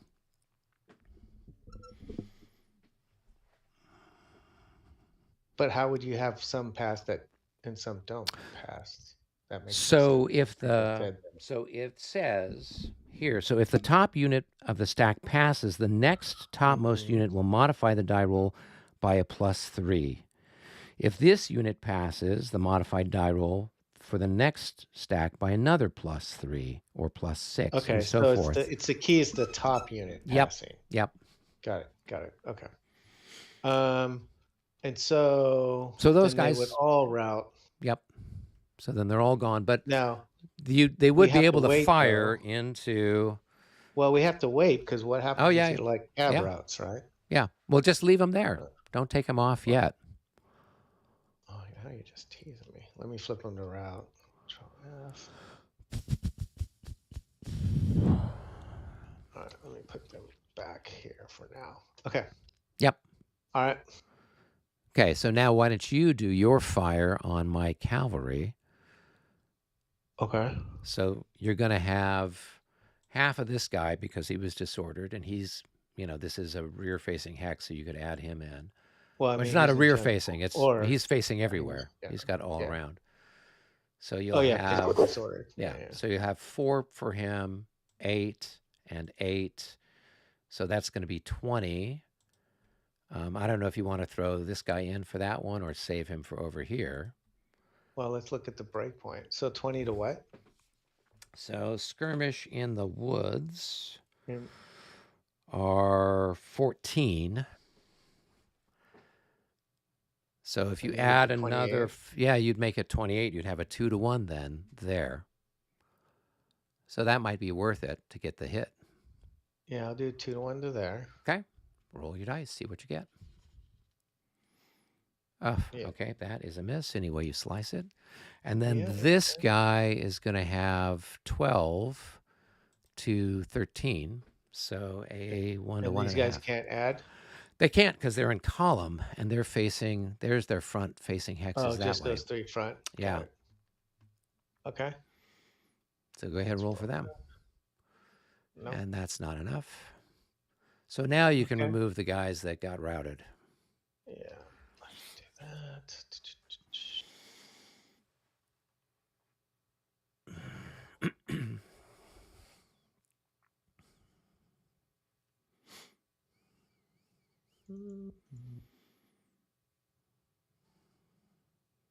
Not a good turn, which we knew. Okay.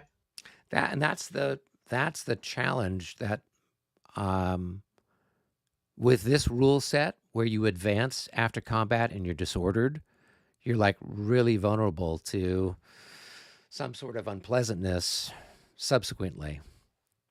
Well, where, I mean, where like in 5th edition, you advance and you're not disordered, kind of a thing. Sure. So, well, yeah. But it also, it's not just that, right? You have light cav that can weave between infantry units. Yeah. set Well, up and situations yeah, where- and so what I did was, I mentioned Is this to that Brennan. realistic? Meh. No, actually, Brennan was like, yeah, that's totally, the Cossacks are back around there causing havoc. We could sort of see from a narrative point of view how that would work. So, all right. Well, we move along. You've got this guy. Yeah. Keep shooting. So I've already fired. So I don't know what you want to do with these two guys.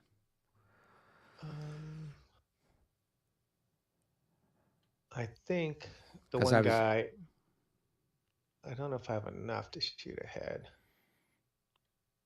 Your line in brush? Yeah, so it's a defense of 9. 9. So you've got probably 8 there and 12. So you're going to have 20. So you'd have a 2-to-1 shot on that guy. Yeah, I guess I'll do that. Yeah. That's good enough for a hit. And let's go ahead and make a roll for him. And he's happy. All right, we'll fire back at you. I'll have these two guys combined to fire there. So that's going to be 32 to 9. So that's going to be, 3 to 1? Here we go. That's good enough for a hit.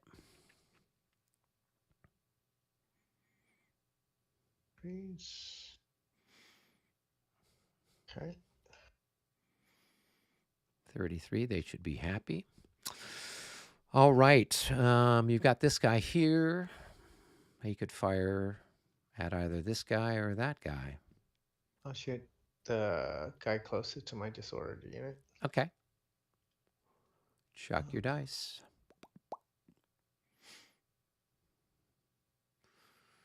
Uh, 12 to 9, that's going to be a 1 to 1. That's enough for a hit. Let's go ahead and mark him and roll. And we're happy. Oh, the lead of the lead. Yeah, yep. They're slowly chewing away at them. Okay, cool. I will do mine, and then we can figure out what to do with your stuff here. So I'm going to have this guy, and this guy all fire there. So that's going to be 3 times 16. So that's going to be 48. So that's going to be 4 to 1. Here we go. 56 at 4 to 1. Let's see. That is good enough for 2 hits. Okay. Okay, so they're more than half dead and they're disordered. Yep. So you've got the same thing. You're going to have a minus 18 on their roll.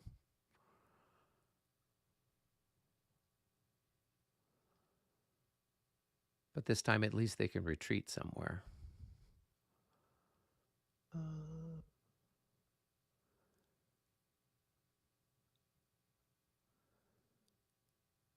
So it's -6 for their disorder. It's -6 for being half dread. Where's the other -6? For taking more than 50% losses in a single combat thing. Isn't that the minus? Oh, so you're getting double jeopardy of like. Yeah. So if you're yeah. So when they're small like yeah. this and they take those hits, then they get double whammed. Got it. All right. 66. They're going to pass, right? Because that's going to work down to a 36. I'm sure they're fine. There's not much left of them, but 15. Yeah. No. Okay, good. Now you can take some shots at my cavalry over here. Let's see. We will be shooting this hex. Okay. So that's going to be what, 12, 12, and 12. That's going to be 36 to 13. So that's going to be a 3 to 1 shot. 22 at 3 to 1 is just barely a hit. Okay. All right. Let's go ahead and add a hit to them.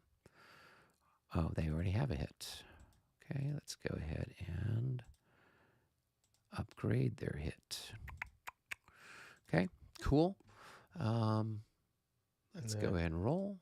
66. They're happy. And then these guys are going to shoot that hex. Yep. So that's another. That's going to be a 24 to 13. They're half to 1. Yeah. And the other one wasn't. Actually, the other one wasn't a 3 to 1, right? 36 to 13 would have actually been a 2.5 to 1. Okay.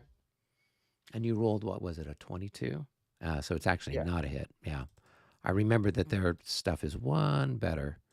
Okay. Got it. All right. Okay. So go ahead and roll for that other hex. Nope, that's a miss. Okay. All right. And then we've got, now I can do some skirmishing to you. So this guy's worth 3. He can go 3, 3, 3, 3. And then these two guys can combine together for a 6. So this is basically 3 to 9, 3 to 9, 3 to 9, 3 to 9. Yeah, but let's see. You've got some decent sized stacks. No, you got great odds. Go ahead. Yeah, so I'll have a +3 here. So it's a 1 to 3 shot with a +3. Hey, what do you know? That's a hit on this guy. And he's your best and brightest. Yes. All right. 14. They're disordered.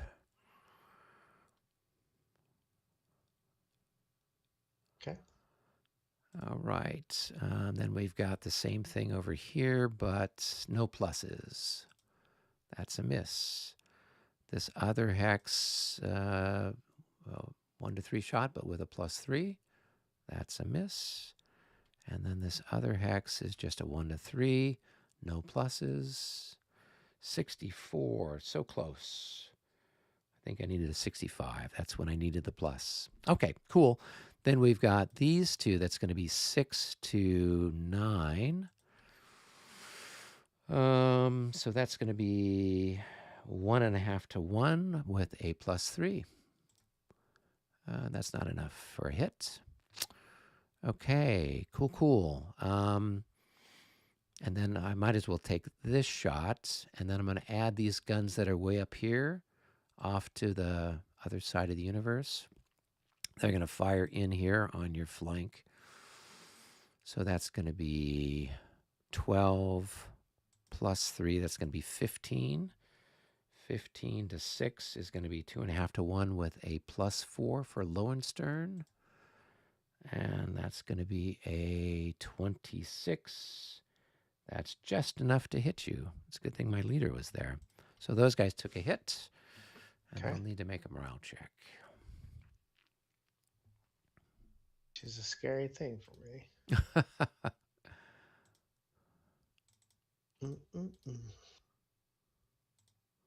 And they're happy. Okay. All right, and I think you've got one more shot with your guns and this guy. Correct. Yep. So you're going to have, so you're going to have 14 plus 12. That's going to be 26 to 13. So that's going to be a 2 to 1, no pluses, no minuses. 25 at 2 to 1. That is a miss. So mark your ammunition. Ammo.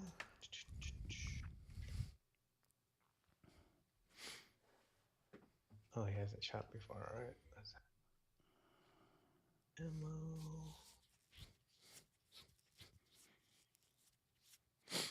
Okay.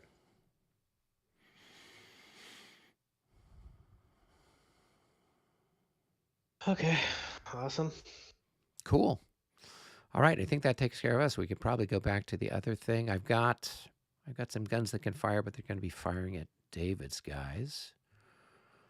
Right on. Yep. So. All right. Cool. All right. Thanks for that. Well. See you there. Yeah. There's nothing I can do. All right. See you, bud. It's just the way the universe is. Yeah. It is. It is. You'll get your revenge. Be on the same team. Yeah, I know. I haven't yet. And how many games? Hey, we're gonna make it happen at Consem. Let's do it. Right, Let's do it. All right. Yep. Where are you guys at? Here.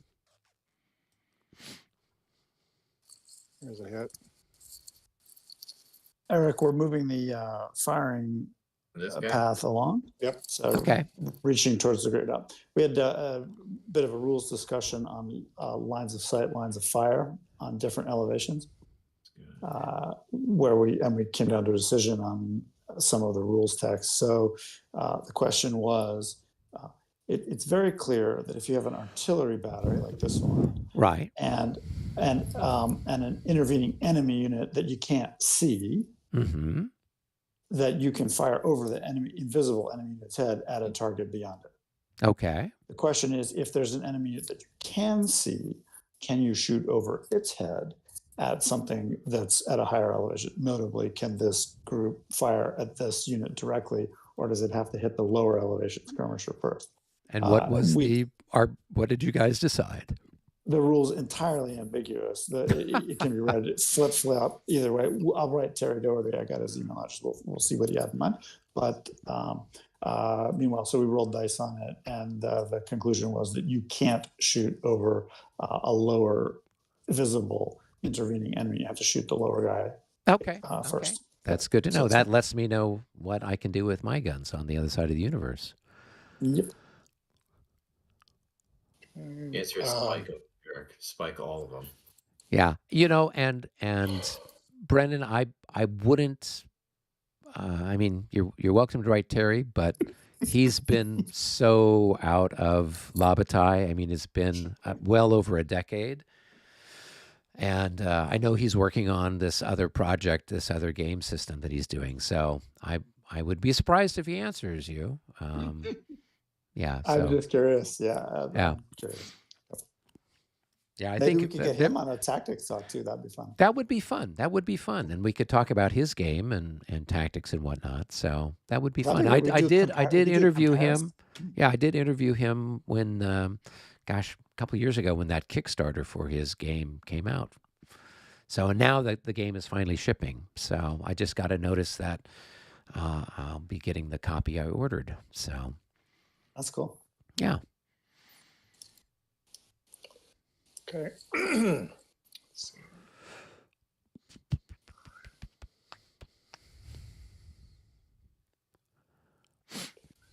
Next guns. 18 here. From. There's no gun in that spot. From. Here, and here, and here. These guys. Okay.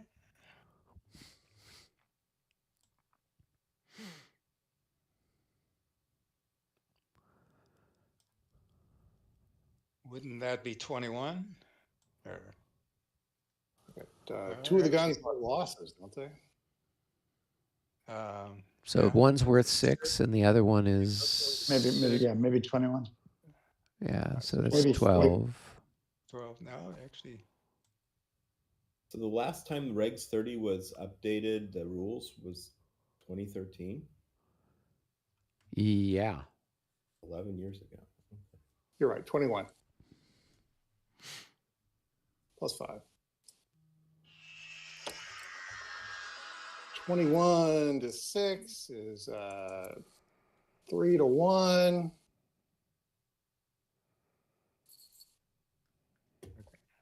So I got a 52. 2 on 3 to 1 is a hit. Do I get any pluses for density? No, just 8. No. Which one? Which hex were you shooting at? That one there. Okay. All right. So how many hits? 1. Lost. By the way, Mitch, don't forget to oh, so not that guy, but that guy reduces 2. Thank you. Yeah. And that's going to continue to roll through. Into the cavalry. Here we go. It's plus 6 for the stacking. There's 13 increments, and it has a 6 fire defense. So I'll probably hit. Yeah.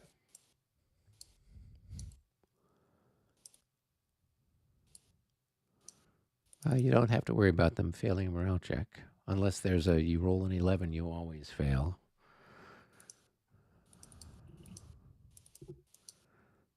But you got a leader there, so that's would counteract that, I guess.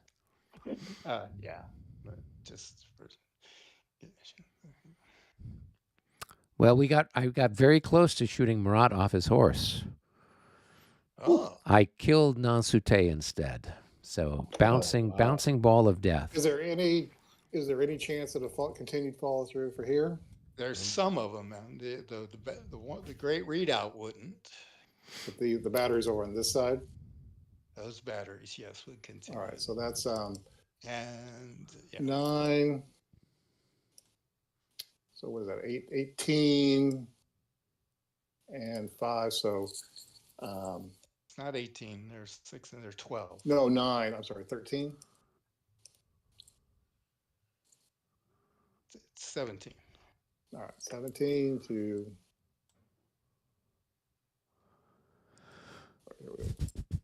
Don't worry about it. Well, so yeah, not with the That's a miss. That's a miss. Yeah. Oh wait, it's not 17. Wait, 1, 2. It's a miss. We can move on. Okay. Yep. This unit will fire at this unit. Maybe can't see it because of the it's exactly equal, right? The distance between. Okay. Yeah, yep. you gotta go a little further. Then this one. That's a yes. Probably not. Nope. Got it. That's it for my guns.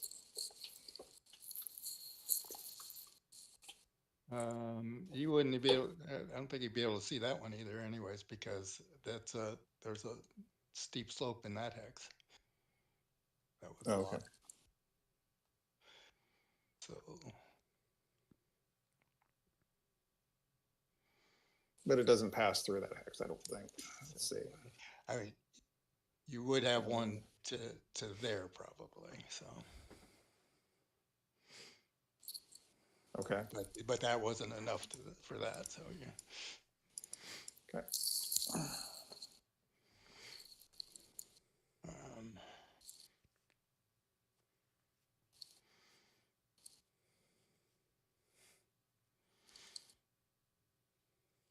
Can't do that. All right, 8. Can't do that. 9. 10. 9. All right. So this one here, we'll take a shot at the skirmishers there. And whatever it is, 44 plus 4, which would be 55, 46, 51, 52. It'd be 6 to whatever skirmishers are. It's probably 1 to 3. Skirmishers are 14. 1 to 2.5, I guess. not enough. Do some ammo.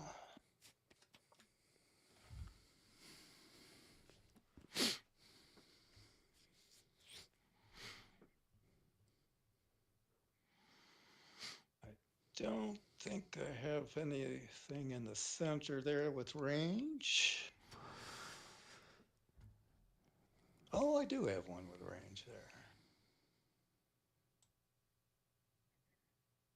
I've got some with 2 with range. Okay. Got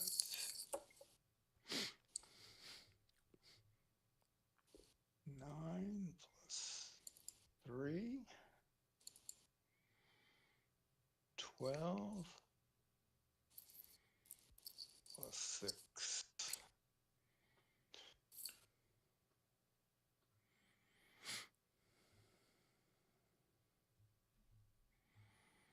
All right. So these 2 will fire at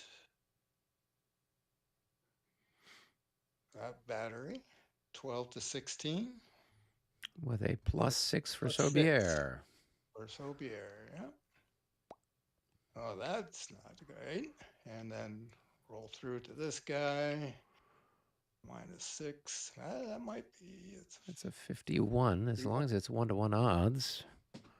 Well, it's 12 to 12 to 9. It's 1-to-1. That's a single hit.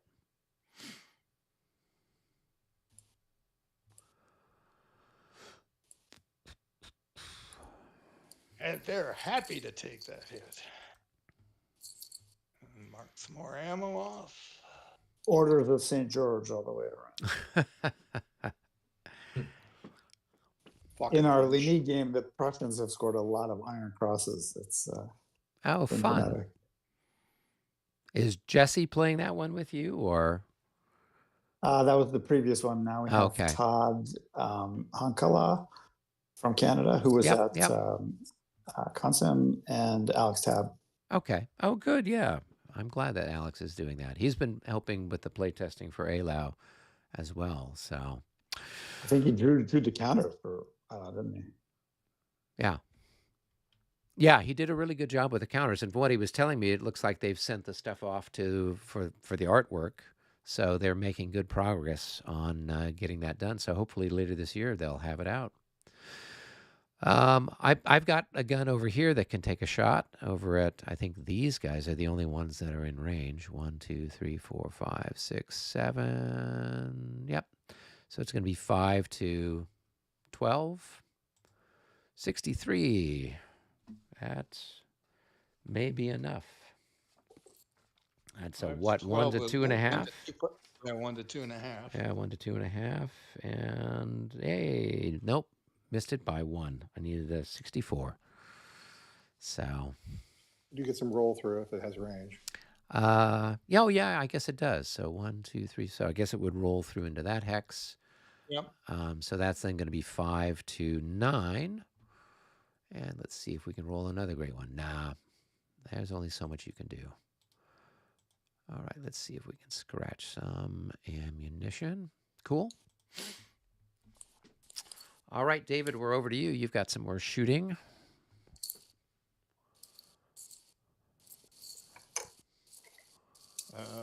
Let's see, what do we got here? So we got 4 and 7. We got 11.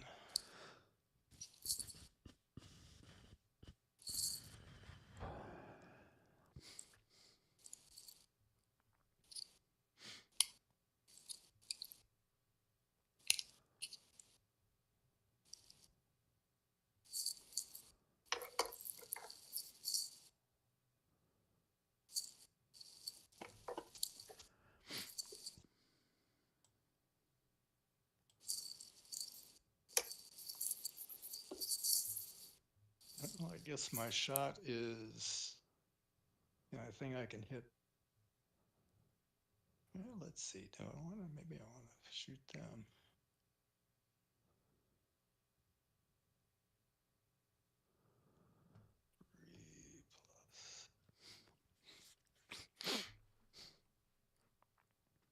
+6. 11 to 9 +6.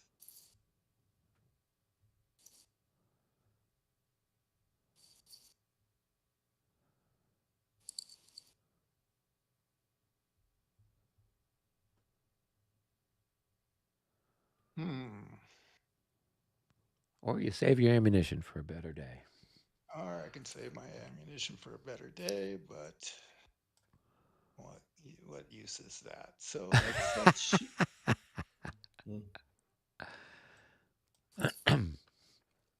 So who's the target? Let's shoot at that. Okay. So I have 11 to 9 +6. So. And yeah, you just clip the edge of that hex. So yeah, you got a line of sight for those guys. Okay. Yeah, So it's 51. that's going to be enough for a hit. 51. Yeah. All right, that's a hit on those boys, and let's make a morale check for them. I don't think there's a And valid they're roll through happy. there. The others are 13 away, so the ones behind them there. All right. Okay, cool. Mark your ammo. Decreasing.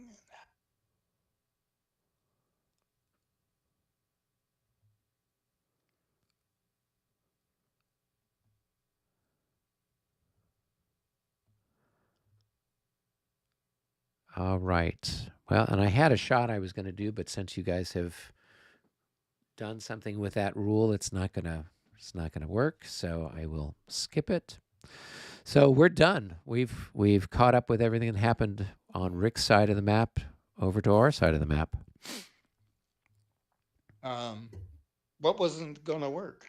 So I was going to take this battery over here, and I was going to shoot this guy that's up here on the rise.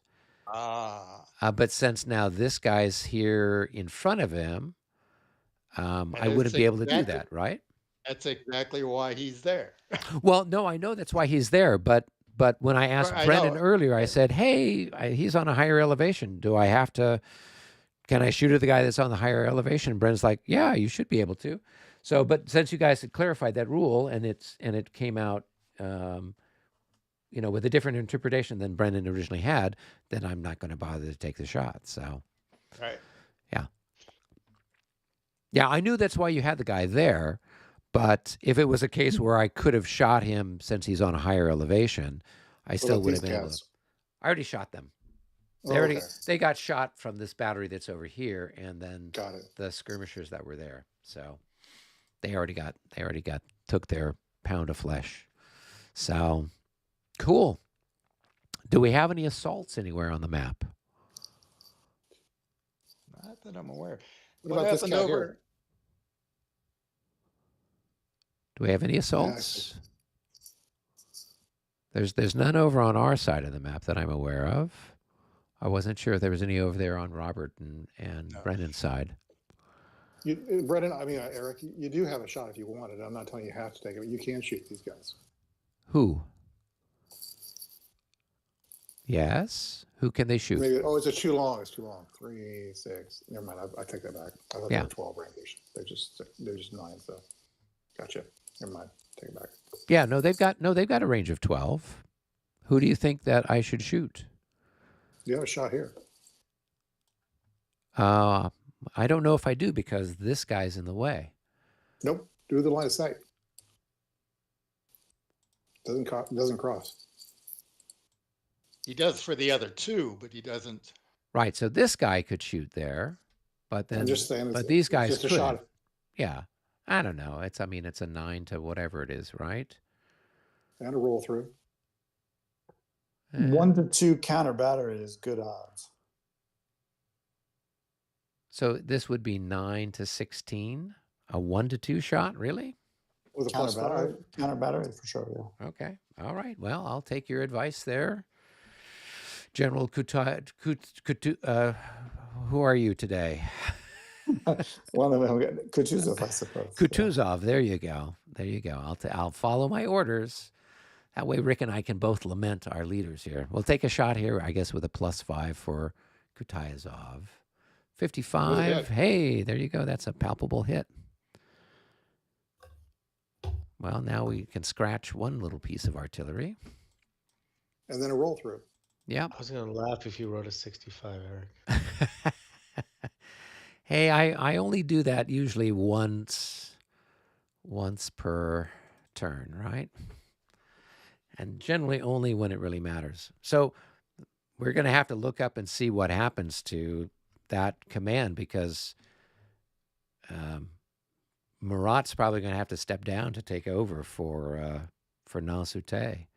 All right, we got to roll through over here then. So we've got a 9 to 8. No pluses, no minus. Minus 6. You could probably use an army ADC like Rop or somebody to take over. And that's a miss. Well, it says it's a corps leader, so it has to be somebody, whatever the rules say, who can take over. So I don't know. In the rules, it just says check the exclusive rules for a corps leader. So, but I don't know. I didn't have a chance to look up to see who would step down. Well, St. Henry, could he step up and then have an army guy move over to take over that cavalry? No. So corps leaders you can't have a division leader step up to a corps leader. So no, St. Henry was the aide to Nansute. So it says corps leaders can only be replaced by the special exclusive rules or if a leader is able to step down. So like I know Murat could step down and take over, but I don't know somewhere in the rules. Nansute may not be replaced. Page 7 of the rules, 535. Oh, okay. So then I guess Murat would have to step down to be the corps leader for Nansute's corps. Unless there's something somewhere that says or just there's a list of division. Yeah, unless there's a list that says, here's leaders from the army staff that can do something. I don't know. Yeah, I've only seen that in Mont Saint Jean, but yeah, had specifics. Yeah, and so far we've only had lesser leaders get killed. So this is the first time we've had somebody that's super high level. What? You got one of my marshals killed? Nansute's not a marshal yet. Ah. I don't think he's a marshal. Oh, okay. Well, you got one of my corps leaders killed? Yep. And that cost you a command. Oh, it's even better. He got killed on a bounce. Yeah, he got killed on a ricochet.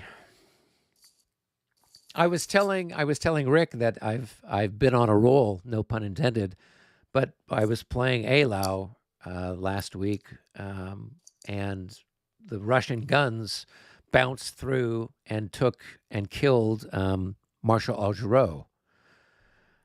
And so then I was writing Ed, okay, Ed, who replaces Augereau? And he's like, how'd you get him killed? I'm like, it was a ricochet, from Russian 12-pounders. And he's like, well, now I got to try to figure out a rule for it. And I'm like, well, that's why we do the playtesting. So what he came up with, at least in 1807, is that the only leader that Napoleon's got on staff that could do it would be Berthier, who's also a marshal. You would then keep the command point, but now Napoleon's range for command shrinks because Berthier is not stacked with him, kind of a thing. So the player then has a choice. Do I replace Augereau with Berthier and so it'll be interesting. So I have to let Jim know what the result is so we can then continue on with the play test. But yeah, it's just one of those completely random things. So, all right. Then I guess what we need to do is then roll for routes and disorders and all that jazz, right? Sounds good. Okay. So I don't know that you've got any of your disorder guys can recover, Rick, because they're all adjacent to an enemy unit. I've got this cavalry that can try to recover. Let's roll for them. Nope. They're going to sit around staring at their navels. Who else is disordered or unhappy? All my Moscow militia are back. Okay, well, that takes care of that. And I don't think I've got anybody who's routed. I can't roll for anybody.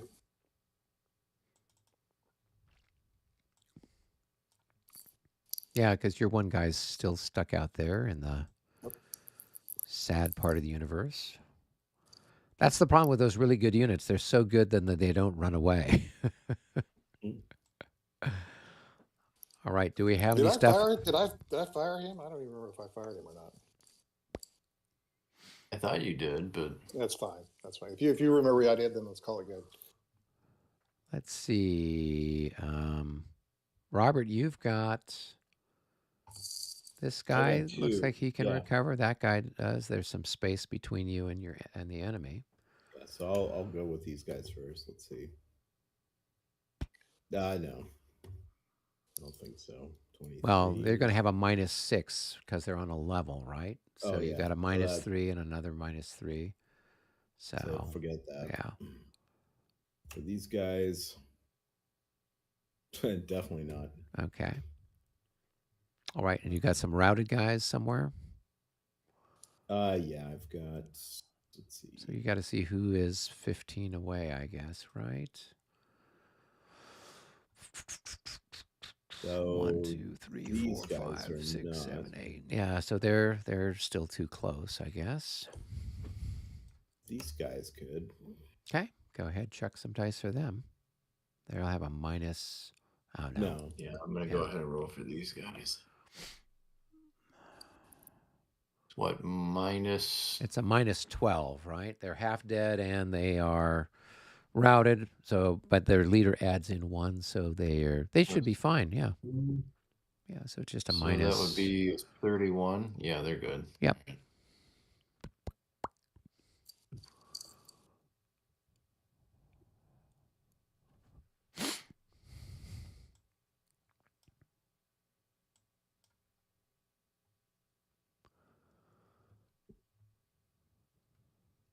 I have some troops in the back rolling. Okay. Brush. Are they 15 away? Oh, let me look. They're only 10 away. They have to keep running. 6, 7, 8, 9, 10. Yeah, no, they have to keep going. Sorry. It's okay.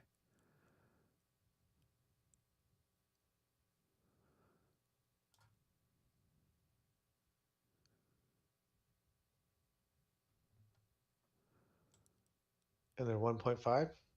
Yeah, so they should have like 11 movement. Yes, that's 10 to there. Yeah.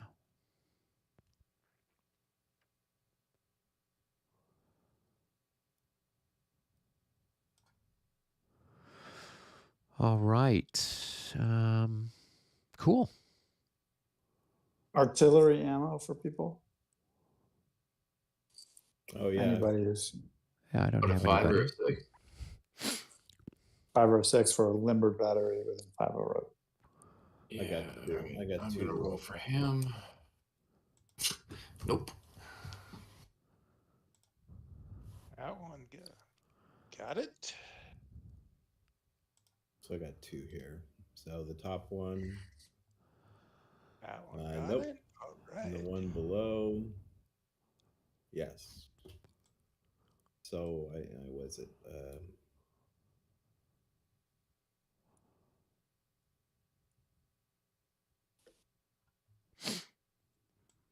Yep, so then they'd be back up to 12.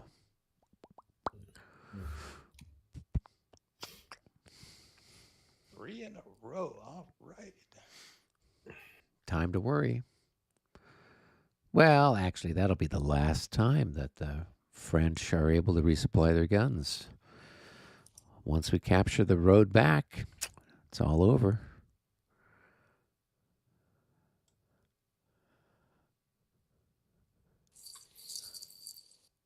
The Cossacks are coming. The Cossacks are coming. That's But it what we're could doing. take them a few hours to get there. Oh. Well, of brush the way through. It'll take them a long time to shoot all those guns too. Yep. I have faith in you, Brennan. That's your mission. It's a very long day of fighting. by evening, I'm sure they'll be there. We have our special parachuting guys. So Shooting Cossacks. Cossacks, yes. Along with the icon of Smolensk that can fly anywhere. So between all of those, we just say it's magic, and that's it. So okay, cool. If we got all that other stuff done, then is there anybody that needs to update charge stuff? I think you had a charge marker on one of your guys over here that you could take off, Rick. This guy here.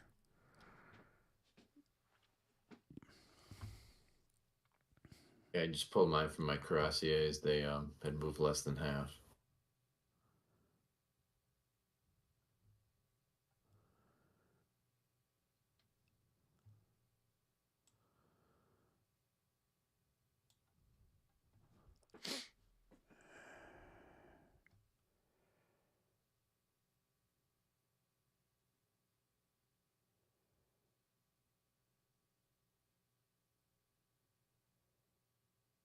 I could row for the disordered guys under. Yeah, for the ones that are under Based on Marat. Yeah. Natsute. Yeah. Yeah. And you'll have a plus 12 for Marat. It's a good thing he was there. Right. Made all the difference.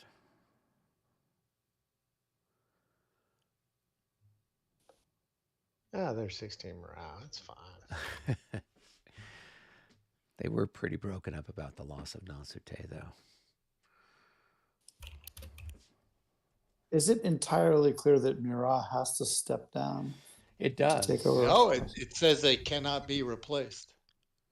Yeah, so you have to step down. No. Does the step down paragraph talk about division leaders rather than corps leaders? Oh, it's all levels, I think, rather than army. It basically in the 5.3.5 in this, it says they may not be replaced. Right, which means then that the a higher level person steps. I have a quick question, if Sure. you guys don't mind. Maybe we could look at paragraph 825 first before we look at the special rules. It seems to me that the step down may be focused on divisions only.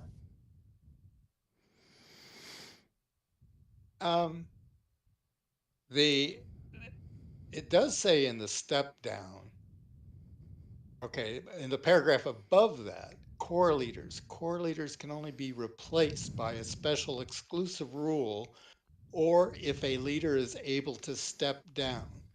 Right, and That's so in number 4. And Marat, being a army or a wing leader, would be capable of stepping down. Correct. But in the exclusive rules, they say they can't be replaced. So stepping down would be replacing them. Also, it's not entirely clear that step down affects corps leaders. It seems to be focused on division and brigade leaders. Well, yes, because that's what usually is happening. But in a case where you do have a corps leader that's taken out, then you would be stepping down. Yeah, you would have an army leader step down. Right. And then 4 above, it references 8.2.5 as stepping down as in 8.2.5. So no, I think a army leader stepping down to a corps leader would be a valid according to the rules. Yeah. If our exclusive rules did not exclusively say that leader cannot be replaced. Is it required to step? But anyway, it says it's required to step down, right? If you were running the army, you're going to have whoever the leader is step down to then replace the corps leader. Like when we played at Dresden, we had a Prussian division leader get killed. Then the ADC that went to replace him got killed. Then another Prussian brigade leader got killed. And so then the corps leader had to step down to replace then the brigade leader. And so then the corps leader wasn't. So yeah, you do have this step down. You have to do it when it happens. But as I said, I don't think it applies in this case because the exclusive rules say that it can't be replaced. And stepping down replaces him. Well, so now that corps can only be activated by division. Right. So Napoleon could, I guess, step down to a corps leader. Is he required to? Well, that's interesting, isn't it? Well, yes, you are required to. Why would he be required to? 8.2.6.2 suggests that you don't have to. 8.6.2. Or where are you at? We were looking at 8.2. I'm sorry, 8.6. 8.2.6.2. Corps disbandment. Any fallen corps leader that cannot be replaced or is forced to step down, effectively causing the disbanding of the corps he commands, requiring any future CP to be spent on the individual division. Yeah, that's if a corps leader gets drawn down to a divisional command. Right. Or that cannot be replaced. So it could be a case that, this corps is disbanded. Yes, that's what I'm saying. Yeah. And that's because that's what the opening sentence suggests, is that you don't replace the guy because for the exclusive rules, he can't be replaced. Therefore, Napoleon doesn't have to step down. Well, it wouldn't be the case where Napoleon would step down. It would be where Murat would step down, whomever. For example. Yeah.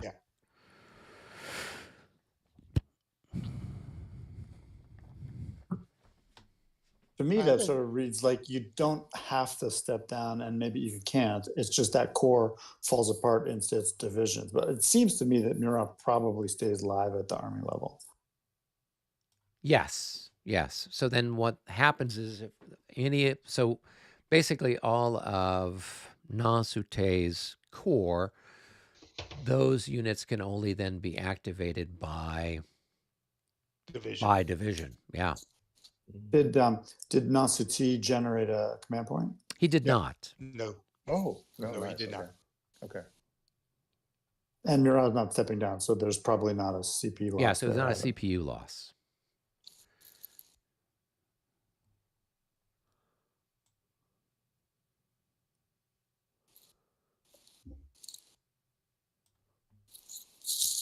What's next? Are we clicking the move button and doing? Yep, we can do that. Let's wow. clear that, and then we can start to figure out where we need to spend our moves. Move the time indicator. Roll the random events. All right, so we're moving to the 1140 turn. Rick, are you rolling my random event again?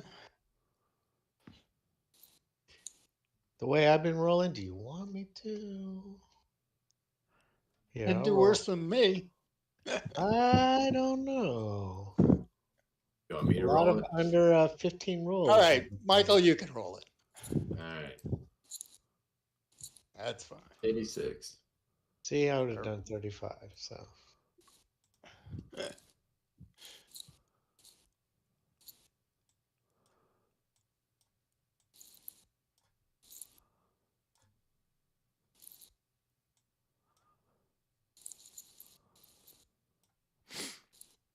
Okay.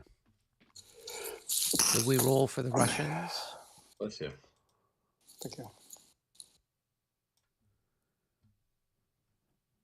Okay. All right, let's see. Let's go to coalition 9 headquarters. regular.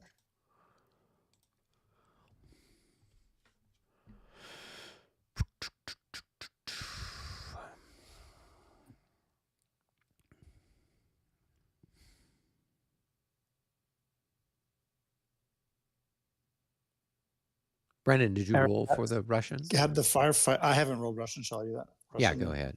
Here goes Russian. 65. 65. Holy That's smokes. a good one for us. So, yes, I in fact, it was so funny because We get when- two. We get 2 command points this turn. Oh, cool.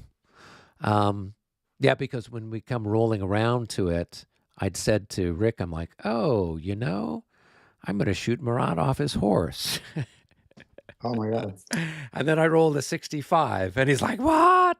Oh And no. I'm like, well, you got 6 commanders there. Let's see who gets hit. And so it was Nansute. So that's good. That's the bulk of all of his light cavalry was attached with Nansute's command, plus a bunch of his other stuff. So, like, at this point, you know, that whole thing, I figured if I took out one of the corps leaders, I wasn't sure if Murat would have to step down or not. Maybe I'll send a note to Ed, but it's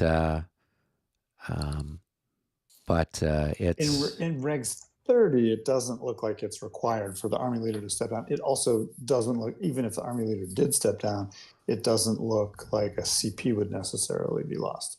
Yeah. Although, of course, the killed corps commander would. But Yeah. but that breaks up their whole structures is gradually attriting, Yep. eroding. Yep. Yeah. So, and I got that one stack of stuff that was disordered to rout, and it was surrounded, had nowhere to go, so they surrendered. And then I That shot was the where crap. your backup, your white grenadiers came Yep. up to do that. They came down, Oh, and I got a nice 6-to-1 shot, and so that guy like took 3 hits. And so here's the thing to remember, guys: the grand close column that prevents you from having the +3 modifier for the stack, if you don't have a leader there, is only good if they're in column. So if they're in line or they're disordered, they are suffering the extra +3 for not having a leader stacked with them. Killer. Yeah. So I'm like, okay. So he had he had to make the morale check with a -18 on his morale check. I mean, it's a really good example of why those giant columns don't work when confronted by strong firepower. And the Russian grenadiers are doing exactly what they're designed to do. That's exactly how they're supposed to fight. Yep. So I got a bunch Which of is stuff so to why. disorder, and I shot a bunch of other stuff to pieces. So I took a couple of hits, but I'm in a great spot. I can roll, move more stuff up if I need to. So it's all good. We talked maybe early in the game as the Davos Corps was moving through that woods about what if they hook left a little early rather than pushing deep off to the east. And like what we've always seen game after game is pretty much exactly what you're showing us, Eric, which is that the Russian grenadiers at the top of the forest, they're able to shelter from the artillery because of the brush and woods. And Right. then their firepower stops the column assaults dead. It doesn't kill them all right away, but it stops them. Yes. Yeah. And so I'm just chewing him up and keeping him there. And I'll do that for a while longer. And And now that his cavalry is going to be more disjuncted, he's not going to be able to do a whole lot against me there, which means that I have more of a free hand to do other evil things. Yeah, that's pretty massive. That is a massive loss. Yes. It basically really kind of puts a dent in things for him. You just cannot stack leaders with units in this game. Yeah. And he he had this big stack, so it was even like a plus 18 because he had 18 increments there. So I took two. It was 2 hits on top of everything else. Although I'm looking, I don't know what happened. I had a leader, and some stuff has disappeared from the map. I don't know what happened.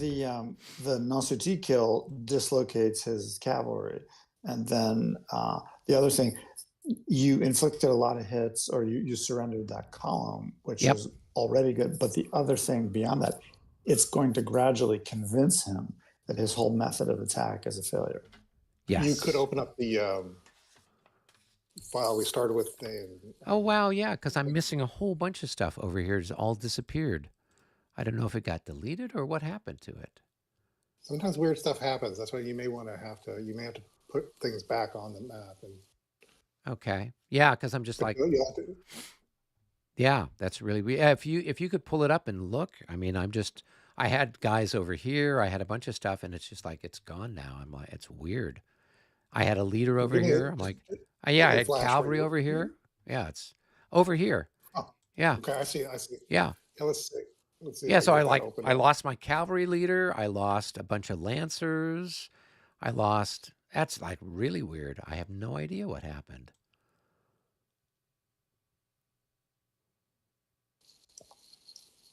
That's really weird. Huh.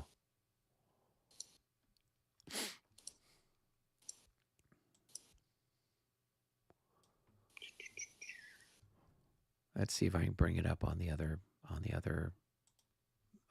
table there.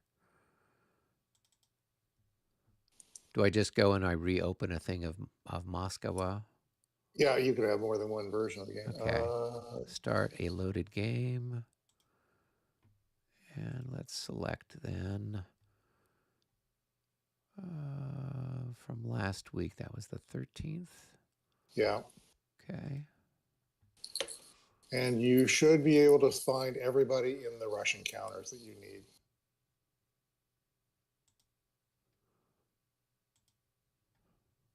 Okay. Do you see what you need to see? Yeah, give me a second. Okay. Yeah.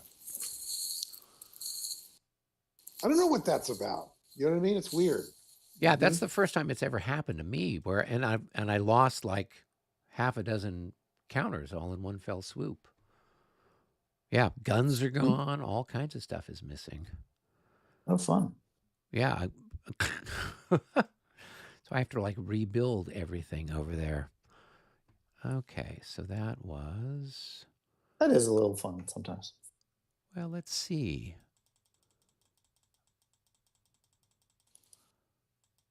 I'm going to hit the undo button a bunch of times. Ooh, careful there. Maybe not. Yeah, don't do that. Undo is risky, super risky. Unless somebody saves the game before you do it. Yeah, undo is super risky. Okay. Because everybody's moving, especially like everybody's moving chits and stuff. Well, no one should be moving anything now, right? I mean, I found an admin counter I'd forgotten to take off. I did that. I moved some MU chits around in the cup and stuff like that. Yeah, and the units were here when I did the morale check for them, and now they're gone. All right. Yeah, really weird. All right, left flank guard. Okay, so we've got an extra chit to work with. I can keep it one of them for cavalry on my wing if that works. Unless you guys need. Yeah, no, that's fine. I'm doing pretty well. Let's see, no hit. All right, and I've got cavalry. Eric, are you doing any more undos? No. I'm done. I think I've done enough damage. I've done enough damage, I think.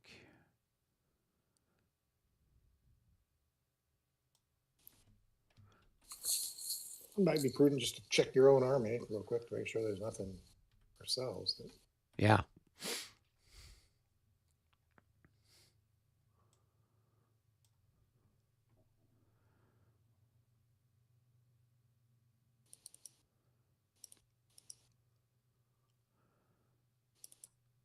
So I'm keeping 5 as the extra one. So I guess we're going to get a number 7 probably, right? That one that you guys can use. I'm going to suggest I don't need any this turn. You got to definitely put one on the guards because you have artillery moving out, and you got to rescue why, but I've got kind of Contacoozing all the way up here. I don't know how he. Yeah, he's rescuing the disordered guy. Okay. So you should use your core. You always want to use at least one chit every turn because it's the core activation. And the white cuirassiers are important, and they can clear the path out of the way of your artillery line. All right, then I'm going to use 3, but I don't need. Yep. I don't need the other one. What I'm saying. Yep. Okay. Maybe Eric, like I can put it to use with more cavalry. That's fine. Or Eric could use it. Because I've prepared to kedge 24 and 7 back. Okay, that's cool. Okay, so do a core activation. Okay, cool. Mitch, is that chit 3 that you use that one? And what's the other one? 6 or 7 or? I'm using 3, but I put a 6 over there, by the woods behind Eric. If you want to grab it. All right, because Eric's gonna have his own 2. He won't be trading me 1. So I'll just do. Okay. I'm going to do Lavrov. Yeah. And I'll put those 2 guns under him to the extent that I'm allowed, which I think I can, because it's a guard and a.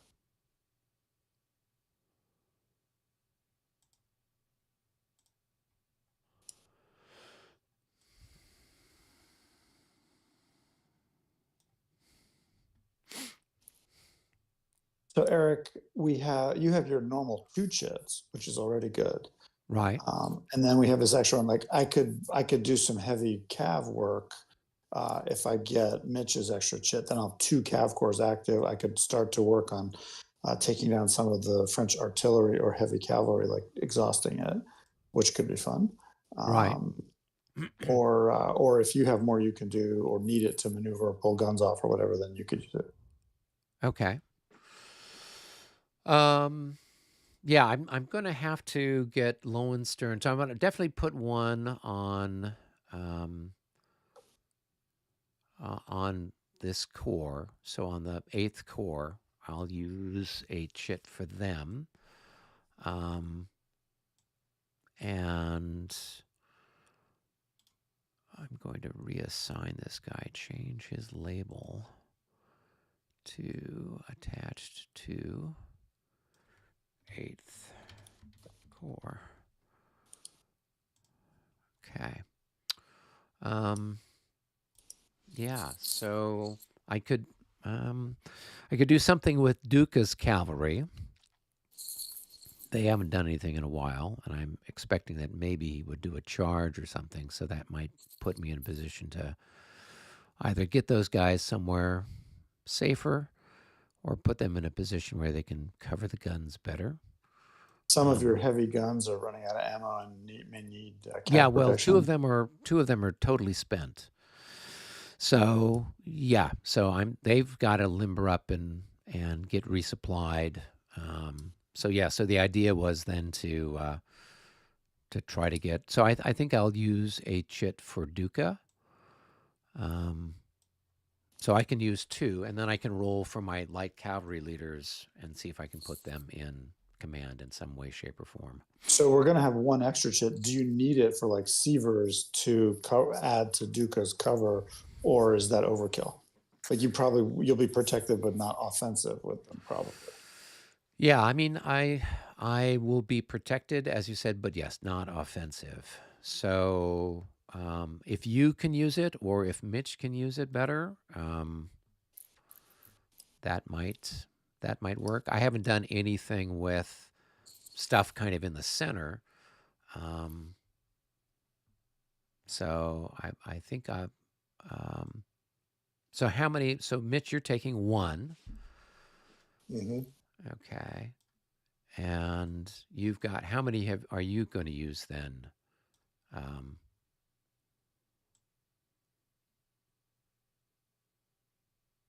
I've got chit 1 for the artillery, chit 4 for the 4th Corps, chit 5 for Uvara, but that's Mitch's chit. And then we have 1 extra, which is chit 6, which I can do a 2nd Cavalry Corps, which will, maybe this is the time to try to sweep up some of his artillery batteries. He's got 3 loose that I could, even 4 loose that I could maybe charge or get some cav action going, which could be fun.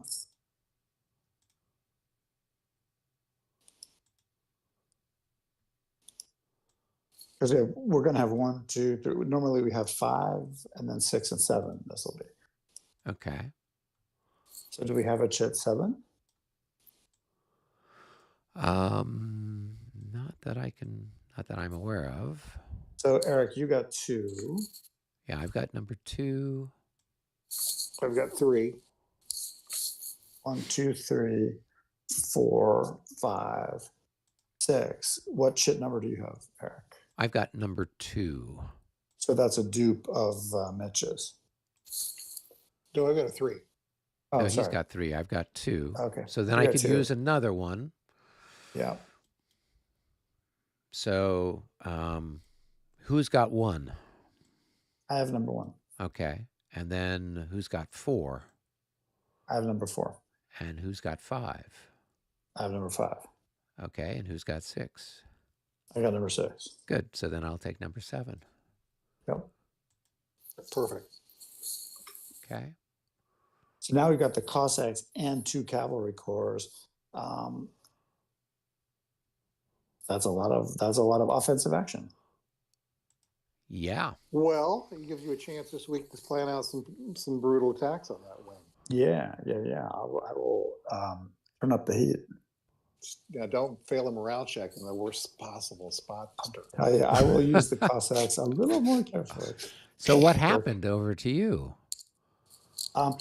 Basically, we did really well this turn. The Cossacks choked and blocked both of my artillery shots, so I swept up the targets with cavalry instead. Okay. And now with 2 cavalry corps coming, the next major steps are in the woods. I'm going to use infantry to wear down his light cavalry by firepower. Right. I can't believe they're committing their light cavalry strike force to skirmish fighting in the woods against infantry. Who would do that? Anyway, that's what they're doing. So over time, we're just basically absorbing all of that offensive potential, which is great. And we're going to win the firefight. It may take an hour, but 2 hours. I'm bringing up horse artillery, which will begin to add in. Bring up 4th Corps artillery. As it's your facing, are you now going to shift your infantry to the left? They're going all the way west to the edge of the board. Oh, okay. You're not going to swing them back towards F21 and come back through them. No. Okay. No. They're heading down towards F13. The infantry is basically trying to get firepower traction against the Cav skirmishers. Mm-hmm. And once a couple of them are disordered, they can't retreat before combat. And then I'm going to assault them and rout them all through each other. Nice. What about those disordered stacks? Are you going to assault those guys? Oh, yeah. We'll charge the guy in the front and assault the guy in the woods. Like now we're trying to generate the cascading route. Mm-hmm. It's going to take a couple turns. And then meanwhile, the artillery... Mm-hmm. Interestingly, he limbered up his artillery in my sector, which kind of gives me a half a mind that, there's some opportunity there. Are they moving forward or sideways? I don't know what they're doing. why don't we let them make their own mistakes for a while? If they come after you, they're walking deeper. Oh, they're moving the guard up that way too, because they moved the guard leader. So they're going to put the guard into our kill set probably. Like in an hour, they're going to be sending their guard into an artillery crescent, which is a good thing. Nice. Okay. Yeah. So let's let I them see. keep them. They're going to kedge the guard over towards Eugene. And they're either going to reinforce Eugene or they're going to add it to Junot and try and attack. Either way, it's good for us. If they move the guard out beyond Napoleon's reach, they're just committing very strong units into a division command zone, which is CP wickedly inefficient.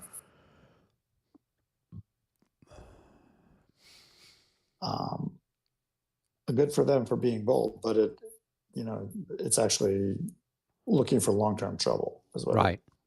Not that it stacks up, though. I'm kind of glad I do have the guard still in reserve if they bring the French guard up, though.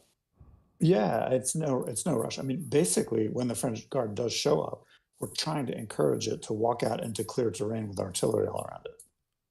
Now, does there come a point, though, where you kind of get up on the guard and you just kind of get contact with them so that they kind of limits their mobility?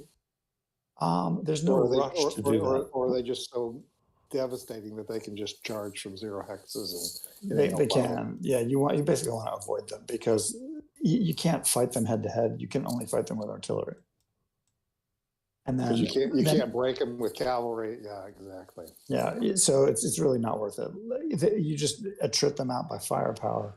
And if they happen to go to the zone where we happen to be building up our best firepower, good for us. Right.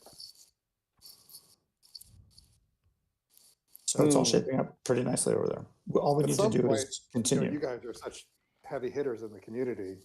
At some point there has to be someone has to sort of say, hey, we need to revisit Regs 30 and clear up some of these ambiguities and clean up the rule set. And if the current publishers or writers don't want to do it, I mean, at what point does someone else need to come forward and say, hey, here we go. Regs 31 or Regs 35. Regs not 40, very many. Regs 30 is really clearly written. The only reason that we just ended up with an ambiguous discussion is David happens to be reading that backwards from every other rules edition. I don't know why he happens to, but he did, and he said, okay, fine.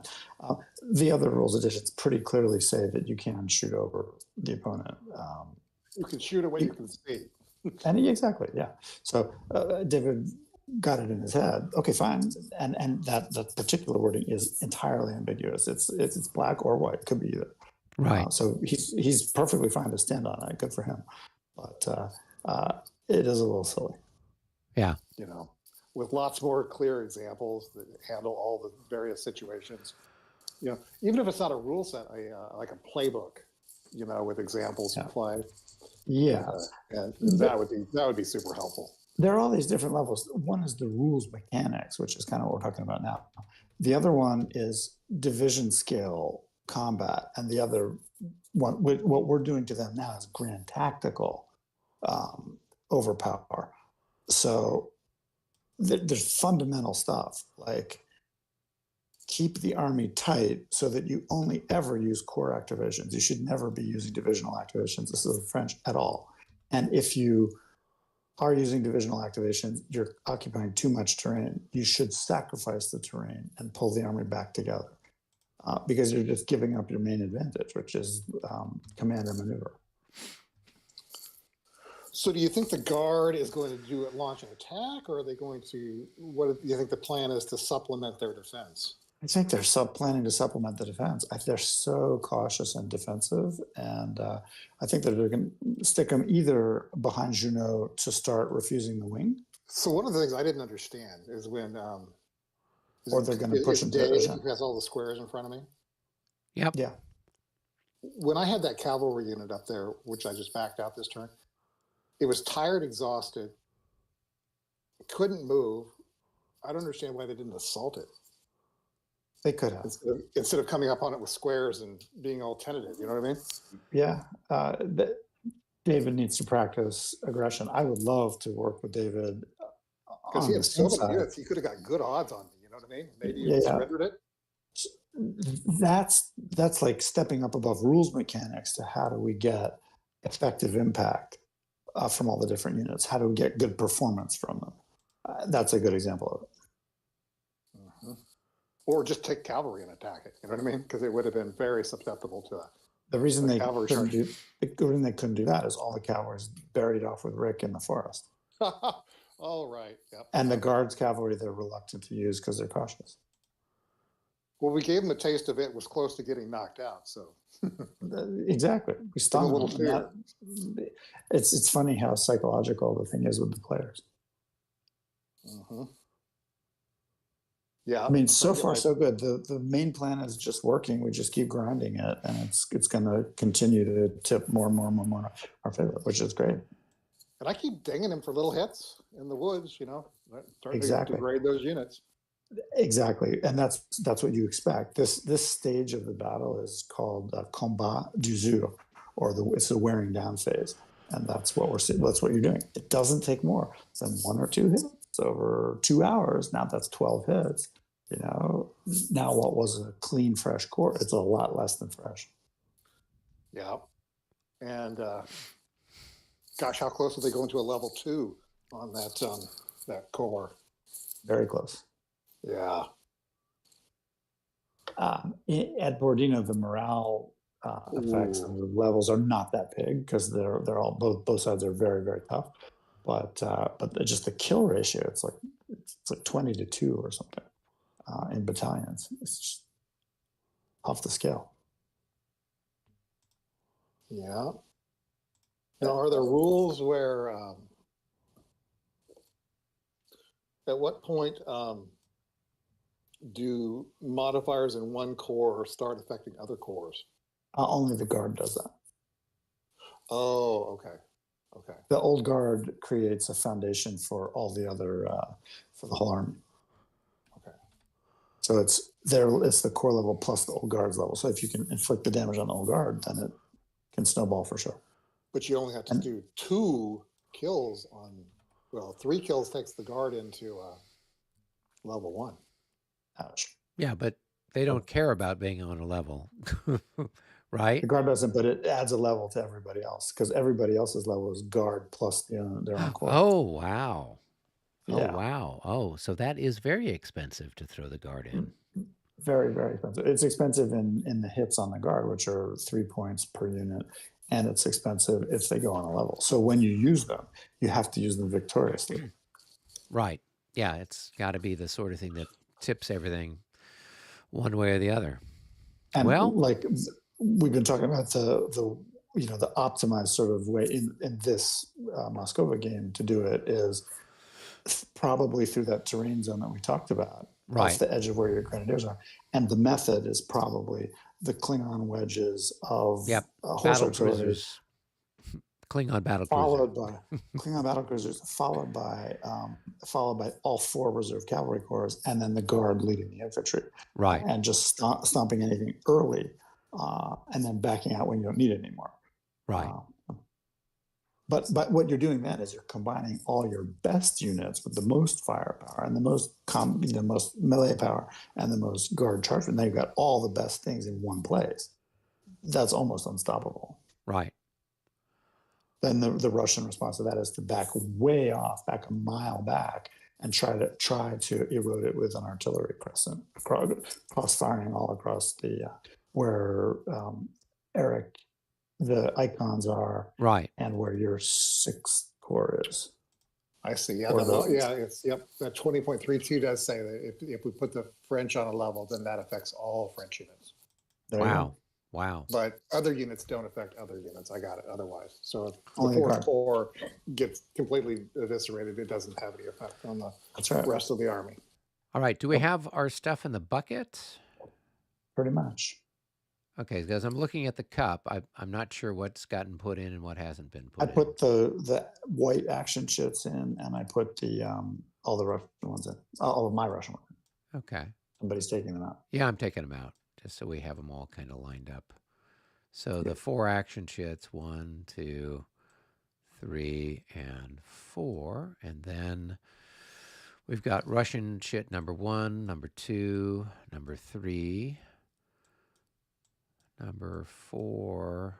Where's number 5? 5, 6, 7. Those are 6 command points. I guess your Cossack made it. My Cossack made it. Okay. So, yep, we've got 9 chits in the bucket this time.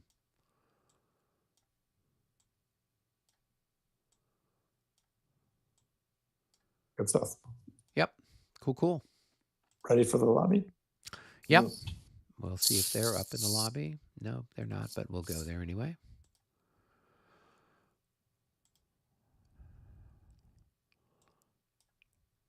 Well, if you're able to make it out to Consim, Robert's going to try to make it, and so then maybe you and Robert could be on a team.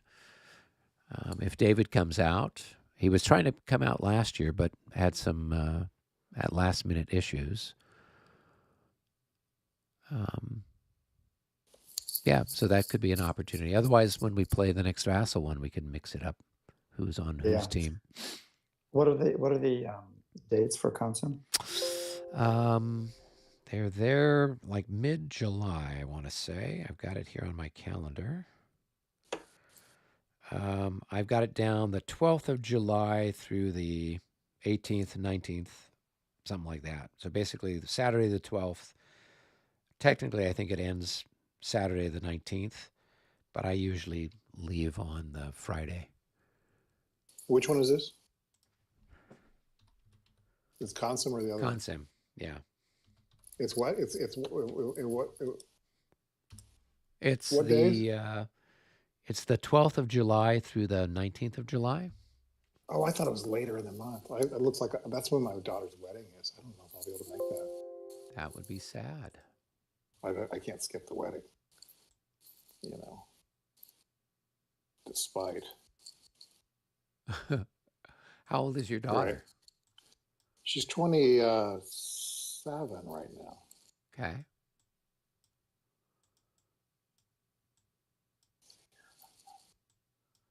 She's a pretty cool cat. Oh, yeah. It's July 12th. Yeah. That answers my questions. I thought Consim was way later in the month, but there you go. Sometimes you can't do what you want to do. Yep. I guess conceivably I could do the wedding and then fly out for the rest, but I'd miss a fair bit. Yeah.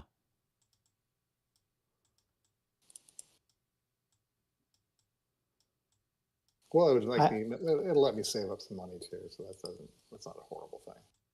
I would love to, but I have no idea what my schedule is going to look like in July. Yeah. Hey, and I did get another chip on those guard cavalry. Exactly. Those count. Those add up fast. We've got a ton of points as it stands right now, don't we? Yeah. We're way out of points. Yeah. On the hit points, it's huge. Yeah, victory points.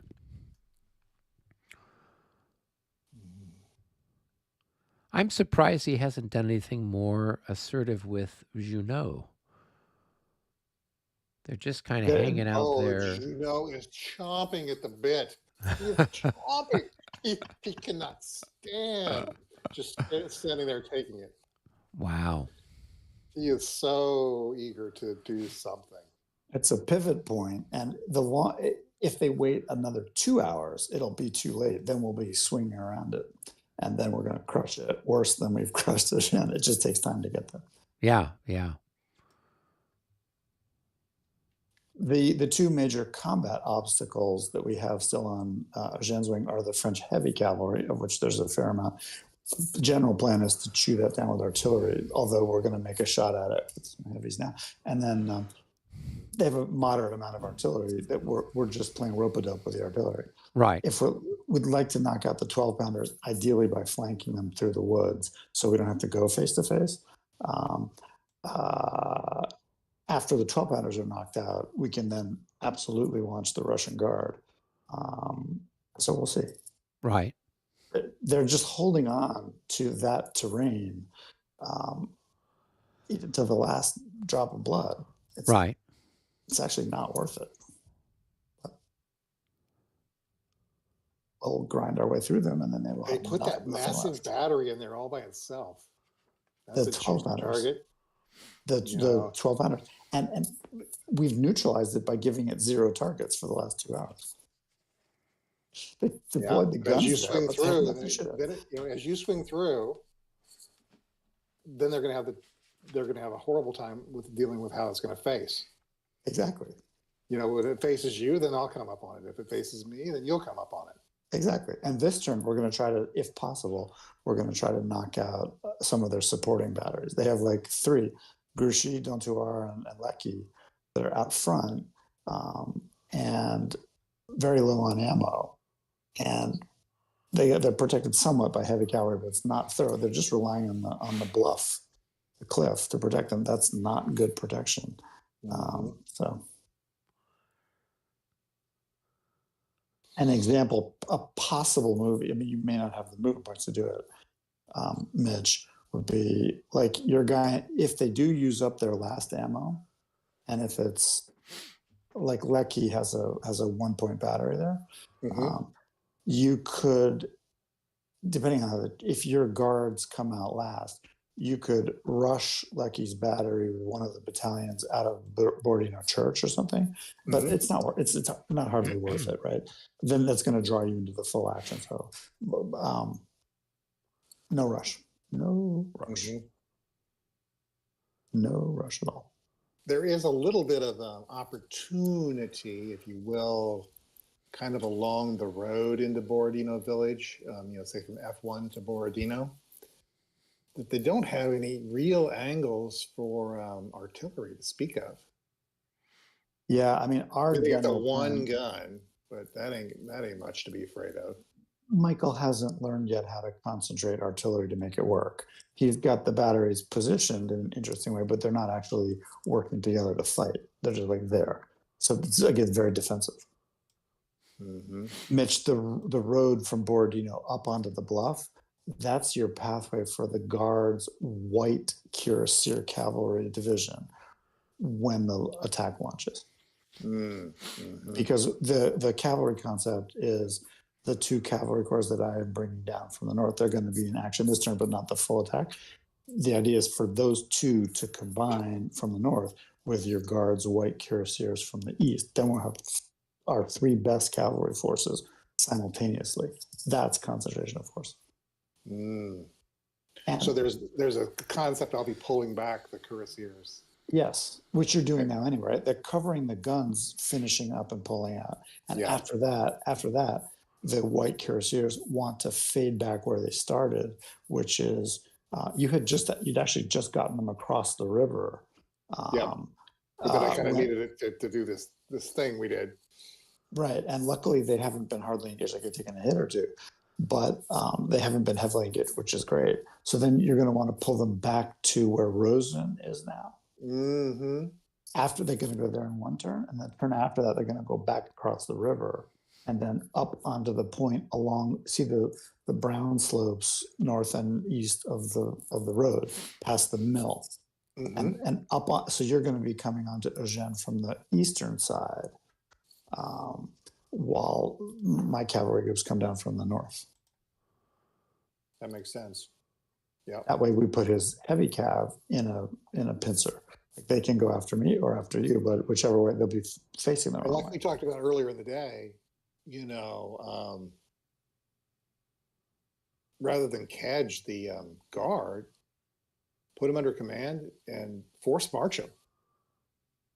Oh, the Russian guard. No, I mean the French old guard. Yeah, the old guard. Yeah. Yep. They're having trouble with it. Maybe mostly because you get a good roll, right? Because they can't hardly fail their morale check. Right. So they're not. That's a moderately exotic capability. They're probably not aware of it, but they're afraid of using the command points because we've already sapped so many command points because they're fighting such a divisional battle on the west. It's amazing how that has fallen apart on the west. And this is not a critique on you, Eric, with very little engagement by the Russians. You mean on the east? That's what I mean to say. Yeah, east, your sector. You're causing all this without really doing anything to engage. I mean, you're playing a very good. You're My playing very well. my whole goal was to hold them and slow them down for as long as possible, so you guys could then deliver the winning blowout on your end of the field. So, I think I'd mentioned it to you, and I said something in passing to Rick when we were playing earlier. It's just like he's very frustrated with the cavalry, and I'm like, yeah, I've got basically 3 Cossacks have held up. I don't know how many thousand, French cavalry. Just those Cossacks have just been there, and they just plug up stuff, and here comes the gang. Here's the gang. Yep. Okay. So, well, cool. We've got stuff assigned. I take it I saw rolls happening, all kinds of exciting things happening. So do we want to start out on the west and work our way across and identify command points for everybody? Yeah. Cool. We got a good roll this time. We got a 65, gave us 2 command points instead of the usual 1. So we have 7 total. On the west, we have the artillery oiler. We have 4th Corps Tolstoy infantry. Cossacks are active, and we have 2 cavalry corps up, Uvarov and Corps 1st and 2nd Cav. All right. What have you got there for the French? You got 1 and 6. What? Okay, 5 is Uvarov. And 6 is Korf. 6 is Korf. 15 is Platov, and 4 is Tolstoy. So you got 5 of yours, 4 of your 7 there, right? Plus Platov. Correct. Yeah. Okay. Lavrov in the middle. So these are out of command, right? Right. That's right. Yep. Mm-hmm. Okay. They're just shooting. Yep. All right. Lavrov. Number 3. Yep.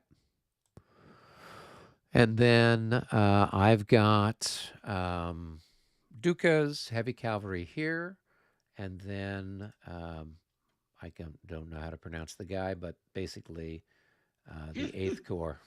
So that uses up all those, and then this guy made his check, so he's in command, but because he's surrounded by other commands and enemy units.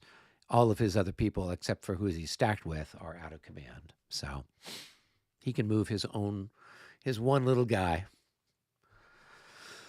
Okay. That's at least until Rick pulls back. So since we're out there, let's go ahead and identify the French. So it looks like... All right. French on the left, okay. The 4 and 5 were part of our regular commands. Right. Okay. And 3. So that's is, what the 13th Division and the Italian Guards. Okay. And Saint Alphonse is number 3. Those okay. 3 are. So those are 3 of regular. Yours, and then the other guys are light infantry command that pass their rolls. Cool. Yep. You can take the out of commands off the Montblanc cuirassiers. The cavalry under pressing, I forgot to roll for. Go ahead, roll for it. Yeah, go for it. Okay. Oh my! Oh, I like that. Very motivated. That's a 12. Just try one die. Oh, they were recovering. Oh, okay. Yeah. I thought they were rolling for initiative. I just realized I forgot to roll for them. They were hidden there, so yeah. Oh, okay. Robert, when you activate Lecky, the division has an infantry group and a cavalry group. So Trier is part of that division. You get the green Italian cav if you want it, as well as the infantry. Okay. Oh yeah, the ones down here. Yep. Yeah. Well, they're out of command. Well, they aren't. That's for yeah. They're in range of there. Yeah, that whole group is all in command. Yeah. Then Juno has 1. Okay. one of the regulars. Right. Ney has a regular. Right. Guyot was a roll. I Sure. got all my cavalry rolls. Yep. Colbert Colbert was a was. roll. Pajol was was. the roll. Right. Ney has his. Right. The Young Guard have theirs, Okay. and Drouot has his. Okay. So that's 6, 7. That should be actually right there. Yep. All right. Cool. And Davout That's has 8. his, Yep. number 1. And number 2 over here is Valence, it looks number like. 9, Valence. Yep. Yep. Okay. And then it looks like there's a light infantry that passed their roll there. Cool. Or light cavalry. Light cavalry, yeah. Pass their roll. Yep. So Cool. we actually have maximum command points for We could start to run out of stuff. You could start using Russian ones. No, I think it actually says somewhere the maximum is 15 for us anyway. Oh, so wow. Okay. So even if you'd rolled some more, you wouldn't have done you any good. So No, that's right. Okay. Right, so well, good. Then I guess we can right. hit the save button. All right. I'm actually moving my little things on my command sheet here, so if you might want to hold off for just a second on here, just so I see who gets what where and.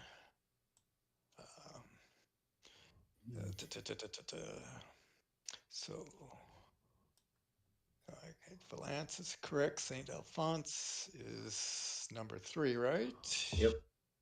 All right, 4, 5, 2, 3. So 6 is 6 is Drouot. 7 is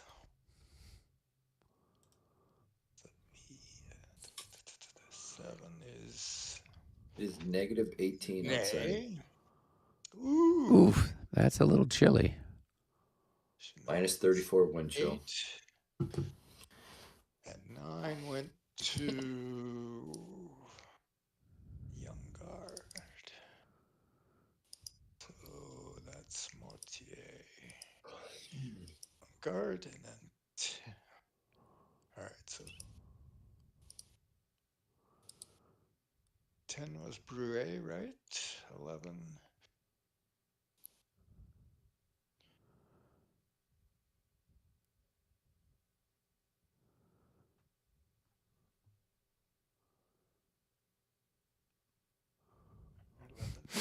No.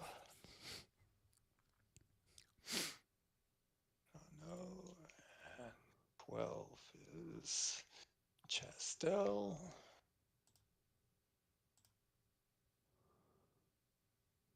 13 is Guyot.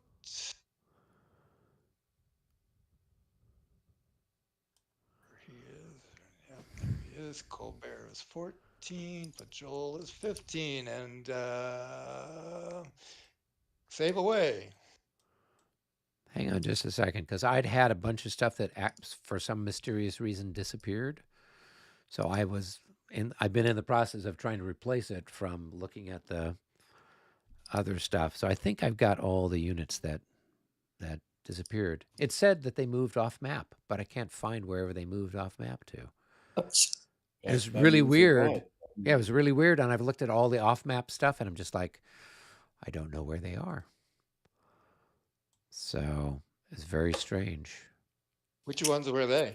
They were like all this. So a whole bunch of stuff over here, like about 7 units that were all over here, all disappeared. So like this artillery, this guy, the leader, a bunch of infantry. I mean, it's just like poof, it was all gone. I'm like, where'd all those guys go? So then I pulled up the old one and was trying to make sure I've got everybody who's supposed to be there. So we should have 1, 2, 3, 4, 5, 6, 7, 8, 9. 1, 2, 3, 4, 5, 6, 7, 8. Yeah, I think I've got everybody. But yeah, it was just like really weird. So okay, Yeah. cool. I think we're okay. If I look at it later and I see something, I'll figure it out for next week. But it would only be hopefully just that one or two other units that disappeared. Okay. All right. So in session did we move the clock forward and everything? Yeah, I moved the clock, so we're up to the 11:40 turn. All right. So that was the end of session 34. 34. Wow. Good. End of 11:20. Cool. All right, gentlemen. Well, we should see everyone's happy, smiling face virtually next week. Thanks, everybody. All It's right, a privilege, everyone. privilege playing with you. All right. Take it easy. See y'all Have a later. good week. Indeed.